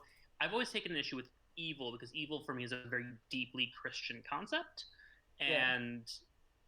and so to kind of like divorce that and think about it in terms more of like selfish interests, or like, you know, kind of more of like a utilitarian issue, means in the ends or ends in the means, that kind of stuff. And so yeah, it's a very, I find evil very difficult to characterize, whereas neutral and good are very, I think, very easy to like. This is what is good. This is what is neutral. Whereas evil in 5e or D&D in large is a bit more. It's tied up with other like cultural concepts more deeply, I would say, than the other Right. terms. Mm. Yeah, I mean, I've always found the alignment chart helpful in the very initial beginnings of creating a character. Um, because it starts with this base that I can then just like pick apart with all the ways that the personality doesn't actually go to that, but like Yeah. I don't know, it ends up being this like base I can kind of like grow off of, mostly because I have never really thought about the alignment system as being hard and fast. Like I used to get into arguments with people all the time about the alignment system because I'm like, why the fuck do we have to see it only as this one rigid system? Um, when it could be so much more than that. Yeah, I think Strong-Kirchhoff is making a good point also about you know, whether it's intention or consequence. mm, Yeah, Mm. I think that that's an excellent way of looking at it. But we're also dealing with a very like deeply rigid system. And yeah, like, I agree. I think it's great, especially for new players, just kind of orient themselves. I also think it's just great, maybe not like personal alignment, but kind of like group alignment. Like, what we at the table, what do we want to accomplish? right. Mm-hmm. Like, what are our goals? And when you talk about it in that way, maybe this is more towards consequence and intention, but whatever. I feel like that's much more fruitful conversation to have, and then to decide, like, you know what, I'm going to create an evil character today, lawful evil, and I'm going to work that out. Because you're not really then considering group dynamics. Even like a lawful good character can also stick out like a sore thumb. Right. Yeah. I think honestly any alignment taken too far can always turn into the this is what my character would do Yeah. argument, The right? Wang Like Rod Rod defense. that Yeah. sometimes actually makes sense and sometimes is like ridiculous and awful. I'm just like, why are you doing this right now? But okay. Yep. It's almost Um, like I think a lot about like with the whole well this is what my character would do reminds me a lot about like the defense that people had like oh but this character has agency, she's a strong female character that likes to dress slutty, not really acknowledging the fact that it was like, you know, the creator that made her that way, and what does that say about the creator, you know. um, Yeah. Eric, I've talked a lot. Let you go. Oh, I mean, yeah, I think, I mean, I didn't have anything specific to say, but I definitely was thinking while we were talking. So I do think like, I like alignment is like kind of like, it's cool, but it's also kind of lame. Like, in the sense, and like, which is kind of, I think, what we basically have been saying. So I'm not saying right. anything Yep. really new, but it's like, yes, alignment is interesting, and like, it's a cool way to kind of theorize your character and to help kind of answer a really core question. Because like, if you have a character, you want to know what are they going to do in certain situations, right? Like because that helps you conceptualize who they are, right? Right. Like, and what alignment helps a lot with is like that kind of like, what would this character do in this, if you know, if they ran into this, well, they're lawful good, Yeah. so then blah blah blah. Okay, so now I better understand who this character is. But no, I'm talking about in hypotheticals, because I think when you actually get into the nitty gritty of in real life, I don't think it's really hard to characterize people. But even in role playing, I think like to try to hard line into any of the alignments Right. is like what you're really doing is you're saying this is how I interpret this alignment to be, and Right. like, as opposed to like really actually trying to say like, what would my character do based on their like experiences and Yeah. like Hold on. and things. Like, I know, like, for instance, that Nor is a character I liked, who I think was generally good. I would say like a lawful or neutral good. Definitely did some like Yeah. kind of fucked up things because Right. she thought that in that moment that was the good thing to do, right? And even I knew that was not a good thing to do, but I knew that Willow would think that's or Nor would think that's a good thing to do in this moment, right? This is the correct thing to do. Like, it's right, it's proper, or whatever. And I think if you're just like, yeah, my character always does the good thing, or my character always does the evil thing, like, your character just sucks. Right. It Yeah. becomes flat and one dimensional for sure when you do it that way. And I think part of what you're getting at, Eric, is it's a series of questions to ask yourself. And I think Stronger-Koff made a really good point. Like, what does lawful mean? Is it government institutions? Is it my kind of like my own like conduct? Like what you have? It's a basis to ask yourself to whom, how is this character going to act? Right. I will say that I'm making a character in this world that I've been talking to Kelly about, and they are evil. And so I don't know if they'll ever see the light of day, but like I it'll be was gonna fun that we say, can do revisit you have this. plans to change Willow? What is happening? Don't do this to me No, again. it's just if Willow dies, or it depends on how the adventure shakes out.